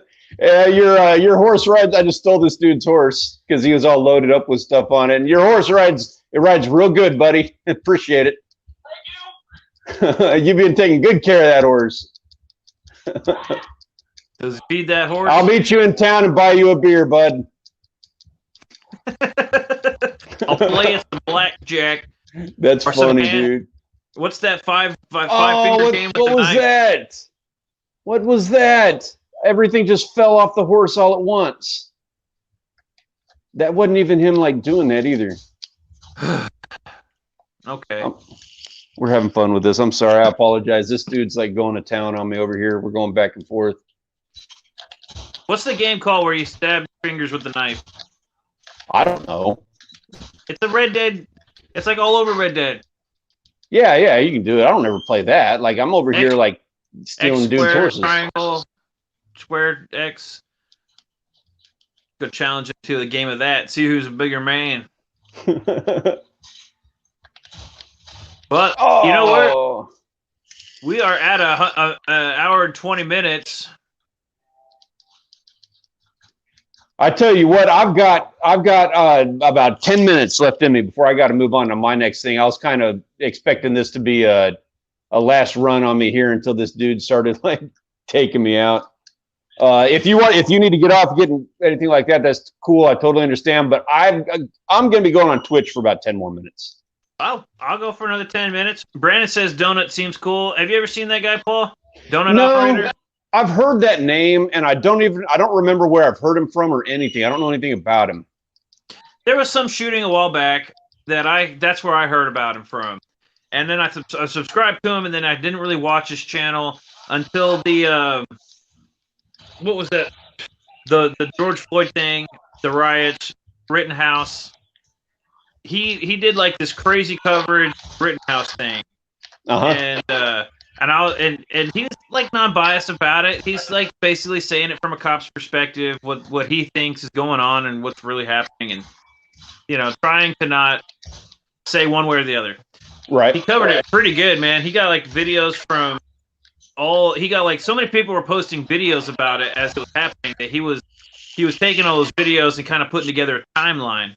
And he did a really good job with that timeline, and Google Maps and everything. That's what I think when it comes to these events. That's what we need, man. More people like that breaking it down so that you don't just get the tidbits of information that CNN or Fox is going to give you. You have like a more complete picture. Now, personally, I don't even. There was a time where we never even heard about these things. You'd hear about them happening, but you didn't need to know all the nitty gritty. But with technology now, you're going to hear about it. Someone's going to say something about it. Mm-hmm. So it's better to be well informed than to just to hear what you hear on CNN and then go with that, right? We need more people to kind of breaking it down so you can have a bigger picture. Since we have to hear about it, we have to know and have an opinion about it nowadays. I do like to have more information. Yeah, and I agree with that. Like, there's so much yellow journalism going around today. Like, it's really, really rampant. It's on both sides. It's not like you can put your finger at one side or anything like that. It's just going around. It's nice to have, if it's not unobjective, it's nice having these guys who are at least just like, a different perspective, even if it's not objective. They might be like, maybe they side one way or the other, but when they're trying to stay down the middle and be non-biased, I don't care if somebody has their personal biases. Everybody has them. But when you try to like take that out of the equation to the best of your ability, and just state the facts and what they are, and maybe throw an opinion out there and let it be known that your opinion. I think that's what we need to do. I mean, it's better than trying to lie and convince people of one thing or another. I don't know. There needs more. Donut Operator is pretty good about that, throwing out that information. Just kind of breaking down the facts, not really judging or biased. I don't even watch the news anymore. I can't stand the news. I don't think I can't either. I had like even ridiculously, even just the morning show stuff. It's super lighthearted. There's no anything to it, and even still, I'm just like, there's still like a political bias and a sensationalism to the morning news. Yeah. You can't get your news from Twitter. You can't get your news from YouTube's kind of where it's at. I like this independent journalism thing. Tim Cass is one of my favorites. I watch him all the time. And I'll watch some of the other ones that I don't like H3. I was watching him for a minute. Not for news, but just because he's not somebody that I would particularly like or listen to. But Brandon says, but the media purposely wants to push a narrative. Naturally, Jacob Blake had the knife in his hand. We all saw the picture. We all saw the footage. And the other guy, too, from the Wendy's parking lot guy. Naturally, they want you to think these cops are bad people because it goes with their narrative. But then once the true story comes out of what was really happening, Jacob Blake's probably a better example because I'm not 100% in the. I don't remember all the details, but of the Wendy's guy. But Jacob Blake, that was pretty cut and dry. And when you have all the details, then I guess you can have a more complete picture. Personally, I don't want to hear about any of those kind of stories. I don't find them interesting. It's like, I get it. There's a big thing happening. We all kind of need to. You don't want to be ignorant to what's going on around you in the world, right? I don't know. You used to be able to turn the TV off. Now you can't, because everywhere you go, I can't go to the gas station without the gas station guy wanting to talk about it. And I'm like, man, back in the day during the Iraq and all this stuff, all those days, there were those crazy beheading videos and all that crap that was on the internet. It was in your face all the time. And you can kind of get away from it. You don't search it, you don't click on it, and eventually you won't get those videos anymore. Nowadays, you can't go anywhere. Say, dude, be ready for that on Twitter, because it is rampant on Twitter. But you can't get away from it anymore. Like, it's in your face everywhere you go, whatever happened. And so if it's going to be in your face and you can't hide from it, I don't know if it's good or bad to even try to hide from it, right? Do we need to know about all this stuff? Maybe. Maybe not. I don't know if we need to know. I don't watch much news, and I'm doing just fine. Like, you had to inform me about some things earlier today, but personally, I don't think that we do need to know about every stupid little thing that happens, which is just part of a bigger thing. Because I think that in like the George Floyd instance and the Jacob Blake and all that, these are incidences. I don't know if there's racism involved. I don't know what's really going on. And so that's kind of up to somebody. That's kind of up for the courts to decide what really goes on. And as long as, but then again, the problem is people not making a big deal about it. Stuff gets swept under the rug. That happens undeniably. And that is part of the issue. Part of the issue with that is that they're picking they're picking whatever they want to pick. So they pick one story and they're like, we're going to run with this. This is a story and this is news and this is going to get us views and everything else. So how many other stories get ignored as a result of all of these other things? They want to focus on one, ignore everything else because it doesn't agree with the narrative of their original story. That's true. That's an issue. I mean, that happens.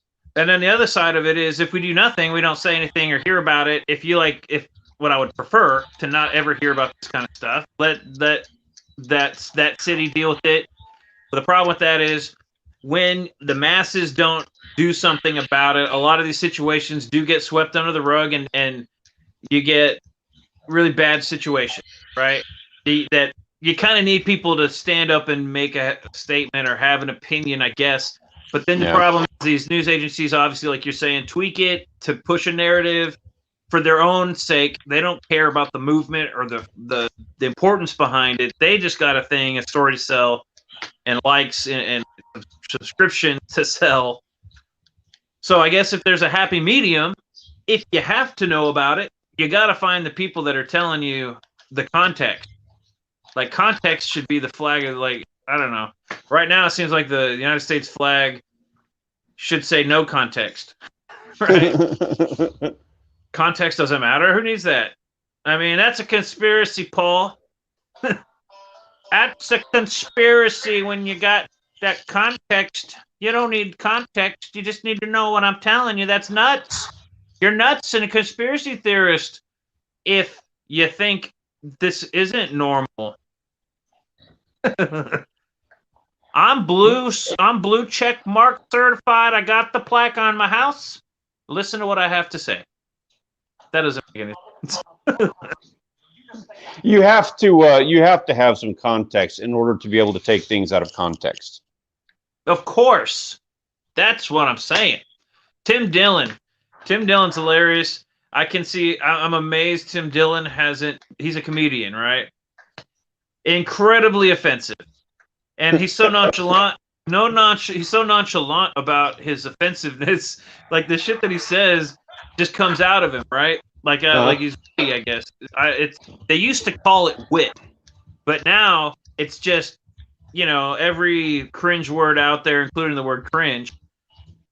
That's what he is. That's what people. I'm amazed he hasn't been canceled or locked up from the Twitter police or whatever. I don't even know. The cancel culture.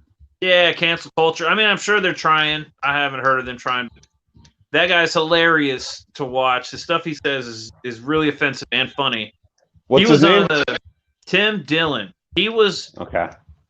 The Alex Jones, I think the last Alex Jones Joe Rogan podcast, he was the guy with him. He's a big guy, and he loves like the Alex Jones and the conspiracy. So they're getting into it, man. Like Alex Jones and Tim Dillon need to just do their own show together.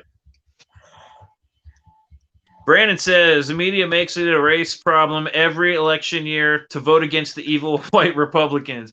You know what? I think that was an Obama tactic. I think when it came to Hillary, it was sexism, right? We're all sexist. We all hate women, and that's what the problem of America is. And then when Trump won, we're all sexist, male, whatever the words are. I don't even know what the words are.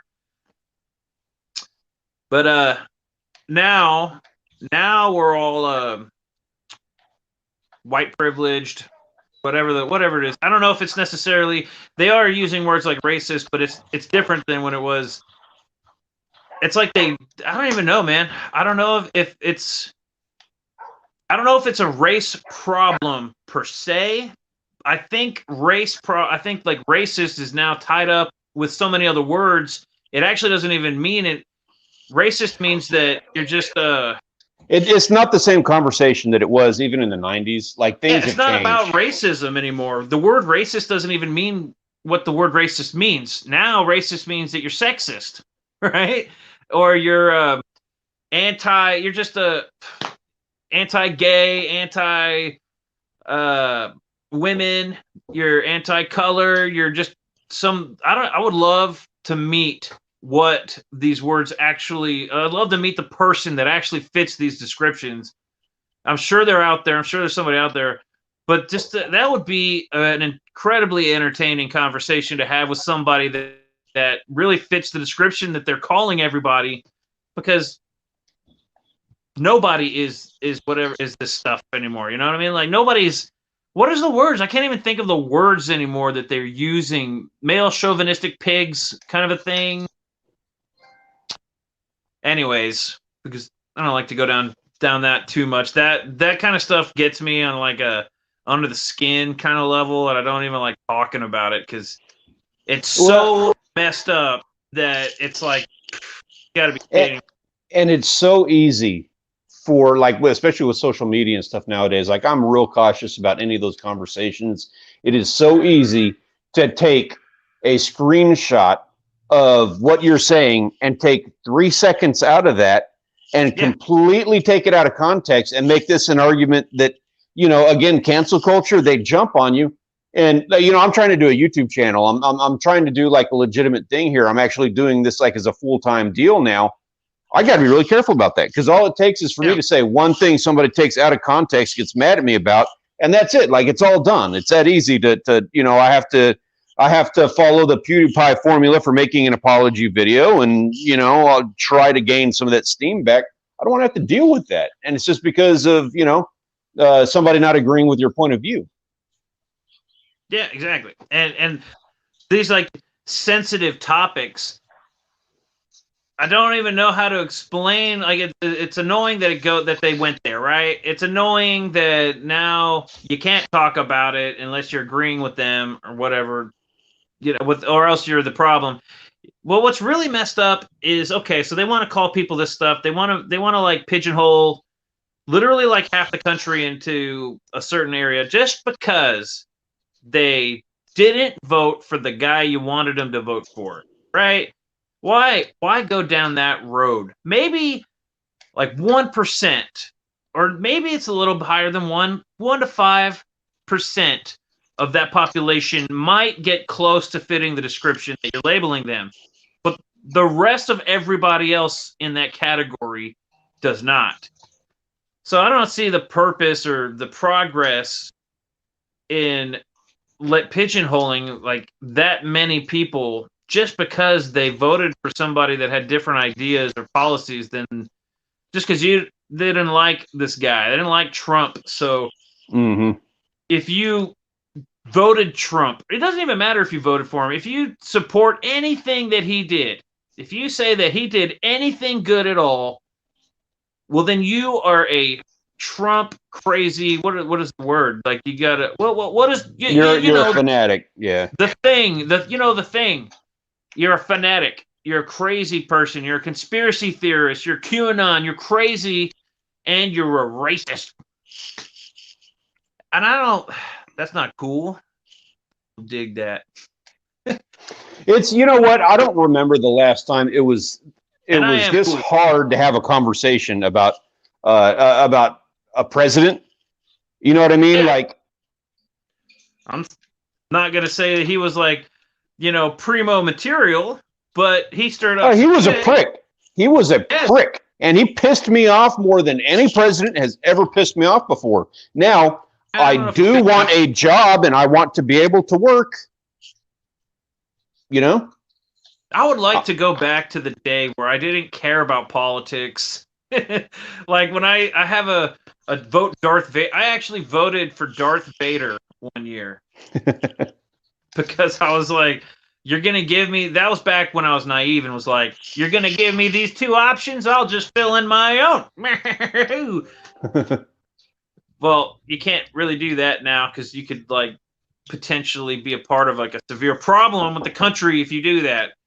But yeah, you're definitely like, you're kind of wasting your time if you're doing that, like, why did you go to the booth at all? It's not like they're even running records to count your 0.000000001% of the population vote. You're not helping anybody. You're not even sticking it to anybody because nobody's gonna even see that or care. So it's like a little inside joke, inside your own mind joke. So I don't really see the purpose of doing that. But hold on a second. I can hear you knocking on the door. I can hear you. Go clean your room. She's interrupting my live to tell me that she figured out how to get her karaoke machine to do something. Well, bring her on. Let us know. I'm curious. What do you think, chat? Should we do a live stream karaoke night tonight? Q&A with. Yeah. Is it AMA? AMA. It's an AMA. God, I am a boomer. I'm trying really hard not to be. I'm so trendy, Paul. It's cool. I'm so cool. I'm going to wear my cool glasses again because I am that cool. Dude, Rachel doesn't let me call people Karen. What's the guy version of it? I don't remember. It's like not even a thing that anybody even uses anymore. It's like basically even dudes are Karens now. Oh, Brandon says, how long till you think Biden steps down? I don't think he's going to step down. I think he's going to croak. I think he's going to... Oh, no. He might step down. He might get sick and then step down. Oh, my gosh. I think he's going to I think he's going to step down off of like one step and like, out of the bedroom he's going to twist an ankle. He's going to take a step down and then that'll be a step down. Yeah, he's going to blow a hip. He got locked out of the White House. Did you hear about that? I didn't hear about that. He got locked out. Did he leave his keys to the car? Brandon says to Kevin. So Kevin. Okay. This hilarious story, right? And now, granted, I have not gone and done my research. I am regurgitating like half of the country. I'm regurgitating what I heard, but I'm pretty sure it's true. It's so true. It's totally true. So he basically fired one of Trump's boys. He fired one of Trump's guys. The guy basically the guy who's in charge of unlocking the White House so that they can get in after the inauguration, right?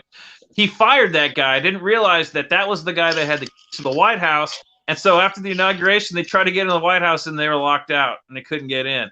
Now, who knows how long that lasted? But that is hilarious. They fired the guy that opens the doors to let him in the White House. Did he have to call his son to come over and be like, I need you to let me in the house? Hey, can you bring your kit? And he's like, come on, Dad. You know I got friends, people to do that for me. I'm trying to think of like what come are on, other. Get over here. Get the doors open.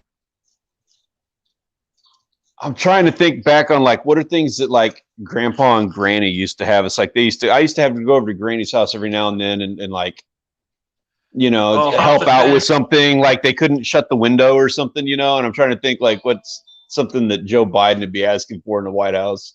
He probably got. There's a draft and I need help closing the window. There's a draft. I'm feeling cold and shaky. And a cough. Hey, Hunter, can you jump the fence and get inside the house for me? Dude, I bet he's got the thermostat in the White House turned up to like 80 degrees. Remember when Obama, which I thought this was actually a pretty cool, funny thing that Obama did, when he turned the bowling alley into a basketball court. Is that what he did? That's pretty cool.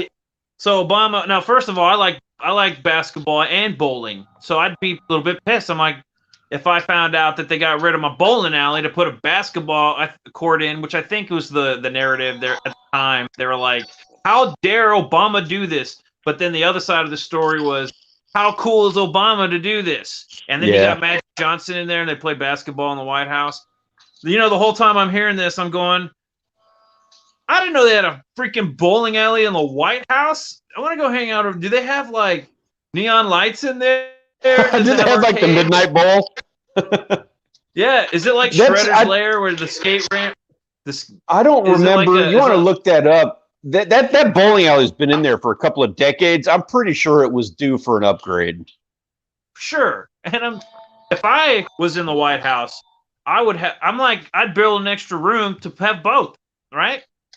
Basketball court and a bowling alley in the same room, and then I'd have arcades, I'd have skate ramps, and then I'd have a skate park in there. Oh yeah. At a pizzeria, I'd have like a deli, like a bowling alley. This is all exactly why you would not get elected. And then I'd let all the children in to come and play with the balls, the bowling balls, and the basketballs, and I would let them put the thermostat on whatever they wanted, and the fool's balls, and we'd have lots of fun. That's what I'm waiting to hear about now. Dude, Shredder's Lair, man. Straight up. I would turn the White House, from the Ninja Turtles movie. Yeah, you'd be handing out cartons of Newports. Yeah, cartons of Newports and TVs. Get your carton of Newports and your boombox. Get your stereos over here. And then skateboards, roller skates, have at it. I always thought it'd be super cool to start a kids bar. But call it not a bar. Yeah, like an arcade, that's what they call it. But an arcade, but basically the same kind of concept, right? Wouldn't it be awesome if you had a skate park and an arcade all mixed in together? And that would be awesome, man. You'd have to have like one of those racetrack things, like go-karts. I mean, you're talking about going 110% here. Yeah. And then Ninja Turtles gonna be walking around. Like Chuck E. Cheese walks around in his costume. I'm gonna have Ninja Turtles. You're basically talking about a B-rate Disney World. No, it'll be way better than Disney World, man. It'll be way better. Well, Disney World does have the Star Wars exhibit where you can walk around the Millennium Falcon. Just go to the back room, the back corner room. I'll have Jar Jar in there. Yeah, because not even Disney wants Jar Jar. Where do you think I got the costume? They're like, here, just take it. I'm pretty sure you can get the rights to Jar Jar for about $1.50. Jar Jar coin. I'm gonna start it. Jar Jar coin, and it's gonna go. Jar It's gonna coin. skyrocket. Trade, cash in your doge, fellas. We're going for the Jar Jar. Did you jump in on any of that? Do you do Bitcoin or Doge or anything?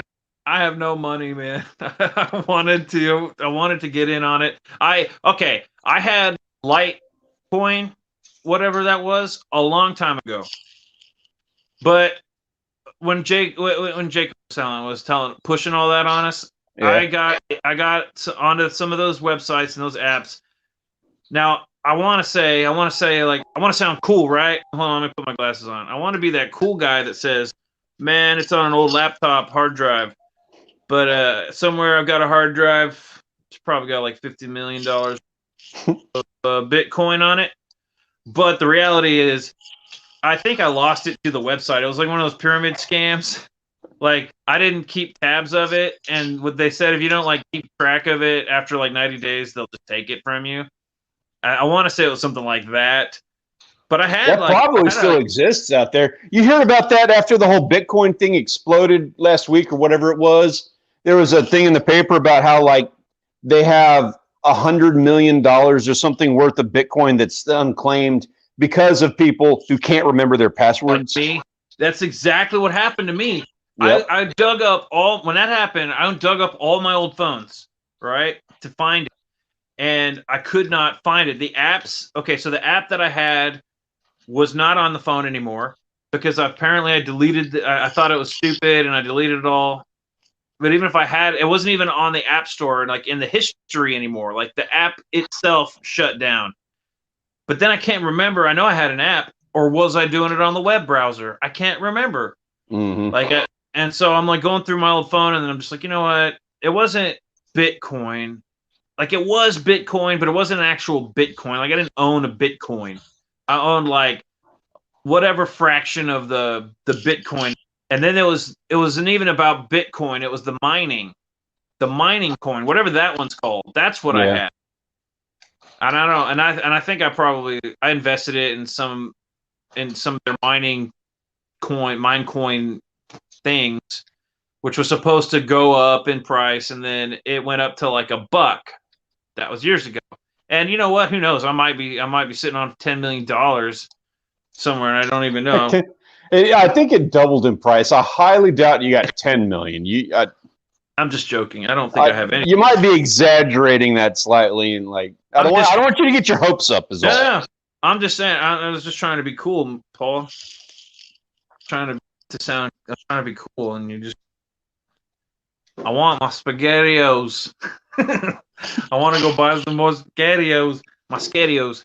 Anyways, so I have somewhere some of that mine coins, like mine coins, whatever that thing was. But that was going up, and that went up like up to $1, and I put in like 70 cents or something. I don't remember back then. But what I'm pretty sure, what I heard happen was that that was like a pyramid scheme where they like want you to invest in this, and then everybody sold out, like, and then they would move on to the next thing, right? Yeah. Well, I want to say that was happening a lot on that website, so I bailed on the website. So what I'm saying is I'm pretty sure that mine got cashed out. Somebody probably cashed out, and mine's worthless now. So I don't think I'm actually sitting on like $10 million. $20 million. I did one like when I wasn't going to get it. Like I was never going to really get into the Bitcoin thing. I'm just not sold on it. It's not worth. It's too volatile for me. But I was doing some research on that, and I was like, okay, like what are some other options out there? And one of the ones that's available was it was a mineable whatever coin thing. But it was specifically for medical purposes. Like you could use it to, you have to go to the doctor. This is specific for going to the doctor. It was kind of a weird setup, but it was intriguing. And I bought some of that. And of course, it's like, less than a nickel a share on that stuff. And but I bought some of that, and like I didn't make anything off of that for a year. I ended up selling it all. I didn't make a dime. I wish I could have jumped in on this whole GME thing, but I didn't have any money. I don't have any.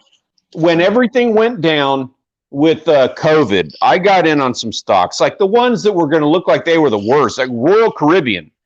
I got in on Royal Caribbean, Disney, when COVID and everything started.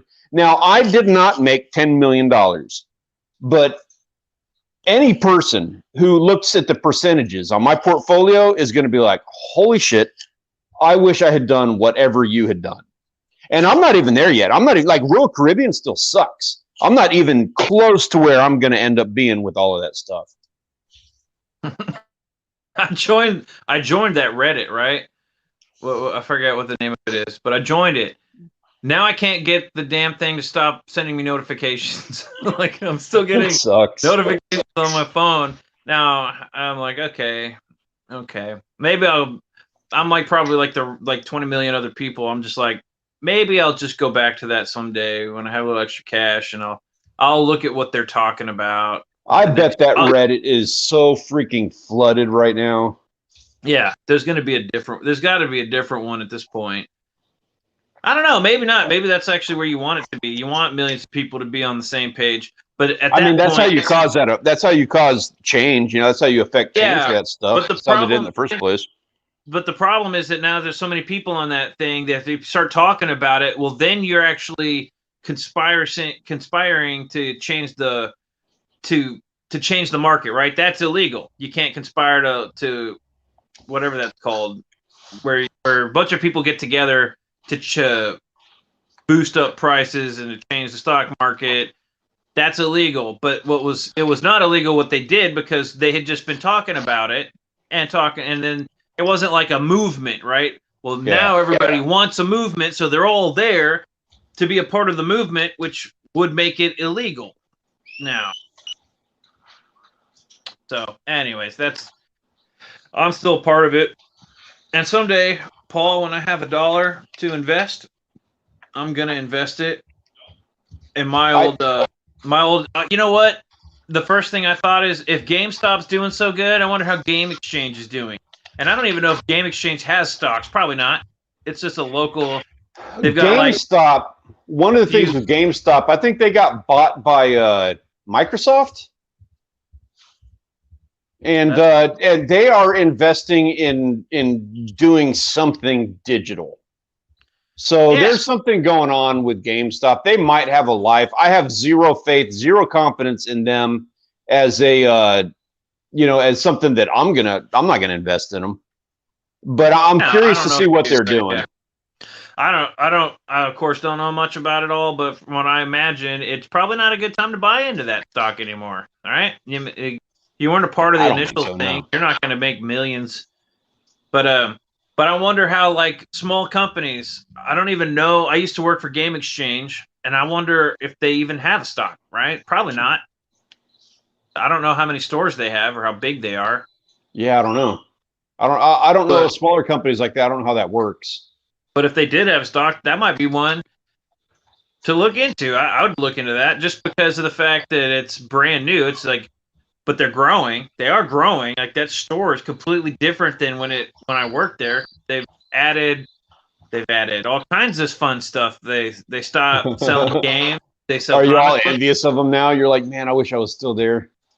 No, I was kind of joking because they went from being a game store / pawn shop to like trying to be like GameStop, but cooler, because they sell comic books as well as trinkets and T-shirts and all that stuff.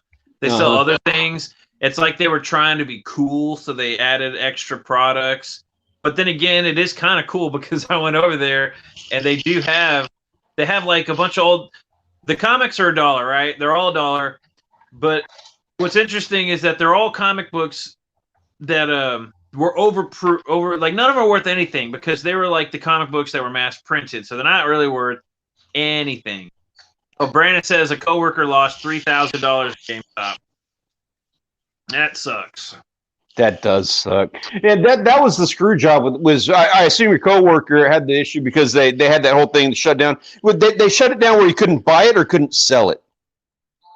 Okay, so here's the deal: you couldn't buy it; you could only sell it. So because the price was going up so high, yeah, you couldn't buy anymore. You could only sell it, so the prices were going down, right? Because they I guess they were allowing the hedge funds, apparently they're allowing them to buy, and they would buy and sell to each other to make it look like the price was going down because everybody was holding, and because that didn't work as good as they thought, that's when the news and everybody starts to try to push these narratives like buy silver, buy your Dogecoin, and it didn't work. Like people, from what I understand, people are still holding on that one. I don't know. I haven't looked at it in a day or two. So people are still holding on GameStop. From what I understand, there are still people holding on that. That's dumb. That is so dumb. I don't know. I haven't looked at it in like a day, and you know how quick that stuff that information changes. I know that they were talking about GameStop has, the volatility has gone away, and that the price is dropping. It's coming back to earth. Which is the time to buy, right? No, because God knows how low GameStop is going to go. It could very easily fall, because of the spike, it could very easily fall well lower than it ever was. You just don't know. So their narratives kind of work, right? Because nobody's talking about GameStop anymore. Everyone's talking. I actually don't think it matters. From what I understand, it doesn't even matter because they've pretty much covered their bets. They got bailed out by the company, these hedge funds. The ordeal is over. So doing the GameStop thing is kind of pointless now. But, exactly. That's like the hedge fund thing.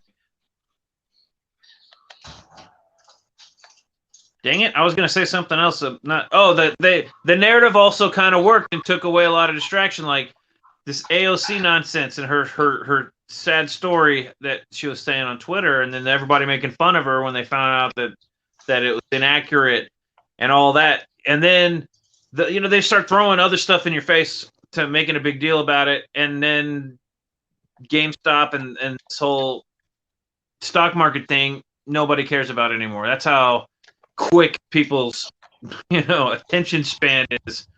Well, and the other dangerous thing about it is now everybody's looking for like the next thing. Well, there's a guy I was talking to, like he drives me up a wall. He was talking about how he lost millions of dollars because he didn't invest in GameStop when he had the chance. And I'm like, dude, when you finally heard about that, there was nothing to be gained. Like, wait a minute. He lost millions because he didn't invest? Yeah, that's his approach. His mindset is like, I didn't invest, and I could have. I had the opportunity to get in on this, and I didn't, and I could have made millions. And I'm like, no, you never could have made millions. You were never in that position. But like, quit thinking that. Even if he could have made millions, the mindsets are wrong. But I'm saying, even if he could have made millions, he didn't lose millions. Like, oh, poor me, I lost millions because I didn't join the party. Yep. And make millions. So naturally, I lost millions. That's like that story of oh no, that's not like that story. It's a loser mentality, is what it is. It's just the wrong, like, you know what I mean? Like, you're thinking about it. If that's how you think about it, you're thinking about it all wrong. And this is a guy. On that note, who's telling me that my investments are bad. Like, he's telling me that the investment stuff that I'm doing is wrong, but I lost millions on GameStop. Like, are you kidding me? He didn't lose millions. Did he invest millions and then lose it? No, he just didn't invest in it like a regular human being would do. He didn't invest in it when some weird guy told him that this is a thing that's, going to be like $1 billion idea. Well, by that logic, I'm losing billions every day. Exactly. I'm bleeding out, Paul. Yes, that's exactly right. Billions and billions of dollars every day because I haven't hit every single stock on the head. I haven't nailed it, and I haven't man, I'm getting behind. I haven't conquered China yet either, and I haven't, cured. You might as well phone it in, dude. You're doing life all wrong. Like, how many Mega Millions tickets do you have in your pocket right now? I might as well throw these glasses away. I'm just not cool. You can't. You obviously cannot see. Why do you need glasses? Unless there's a record for being the biggest loser out there. I'm losing billions, people. Billions of dollars. That's got to be worth something. A Dogecoin? It's worth a Dogecoin. I know, actually, I have some insider information if you want to hear it. I'm so sick and tired of insider information. It's insider information. It's not a stock, though. It's not stock, Dogecoin, or anything. Silver, none of that. And everybody, I don't give out financial advice because it's worth so much money that I can't even give it out or sell it, right? But I'm giving you this piece of advice, and you can take it to the market. I hear of an artist that is selling artwork online, and he's got a YouTube channel, and he's worth negative billions of dollars. Now, negative billions. Invest in him. His name is Peter Orchard Studios, and you need to invest in him. It is a sure bet, I guarantee it. Just don't expect any results from a couple months at a time. that was literally, absolutely literally, the smoothest ad integration I have ever seen in a YouTube live stream.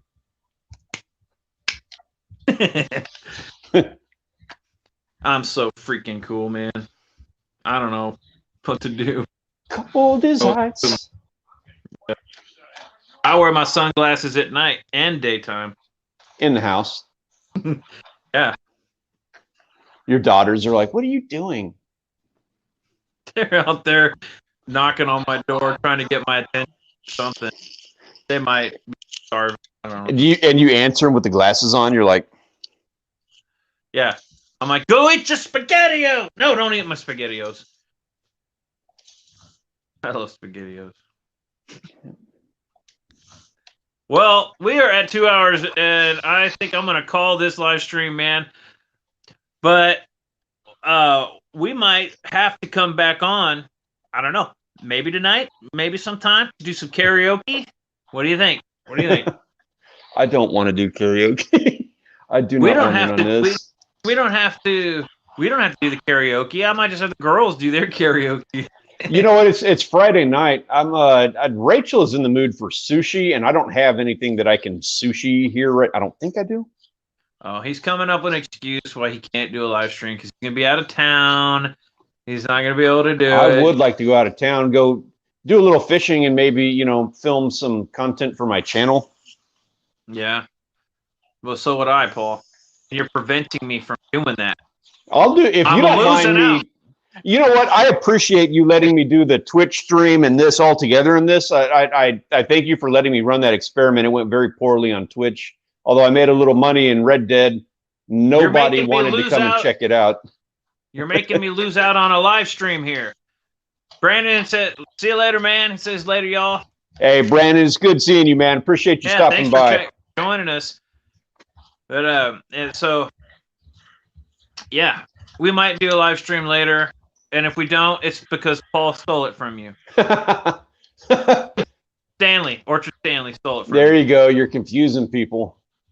Although, like, what's funny about that is in my comments, like, people are starting to call me Paul in the comments. Oh, really? Yeah. That's funny. That's funny.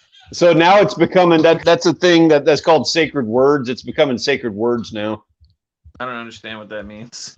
You have like things that you say, like just your nuances, the things that you do, So when you do these things and you end up in the video, people catch on to them. They watch enough videos and it becomes a trait. And so whatever, like different things. There's different things that you can do. It's called sacred words when it's like an inside joke between you and your audience. Like only your audience knows. So like some new subscriber doesn't know what you're talking about, but they kind of get there's an inside joke. They kind of catch on to it.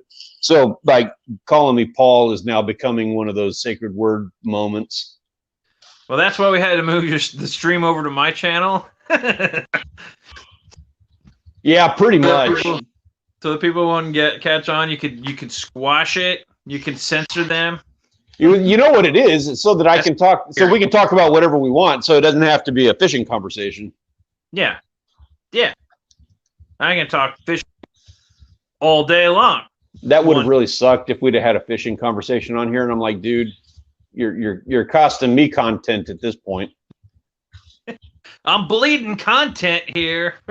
Oh, Mom wanted me to ask you, just before you go, real quick, Mom wanted me to ask you your plans or let her know or whatever, plans for the girl's birthday? Is it Hazel's birthday, right? And Amber. Yeah. Hazel and Amber's birthday's coming up here. I'll have to get with her and talk. I'll have to get with her and talk to her about that.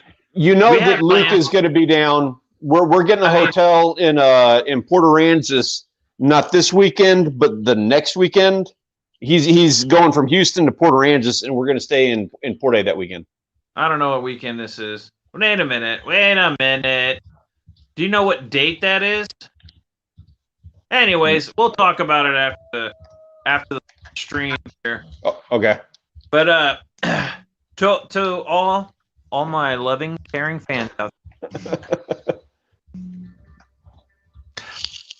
make sure to like, subscribe this video, share it even, and I'll see y'all later. Paul, thanks. Thank you for joining me on my live.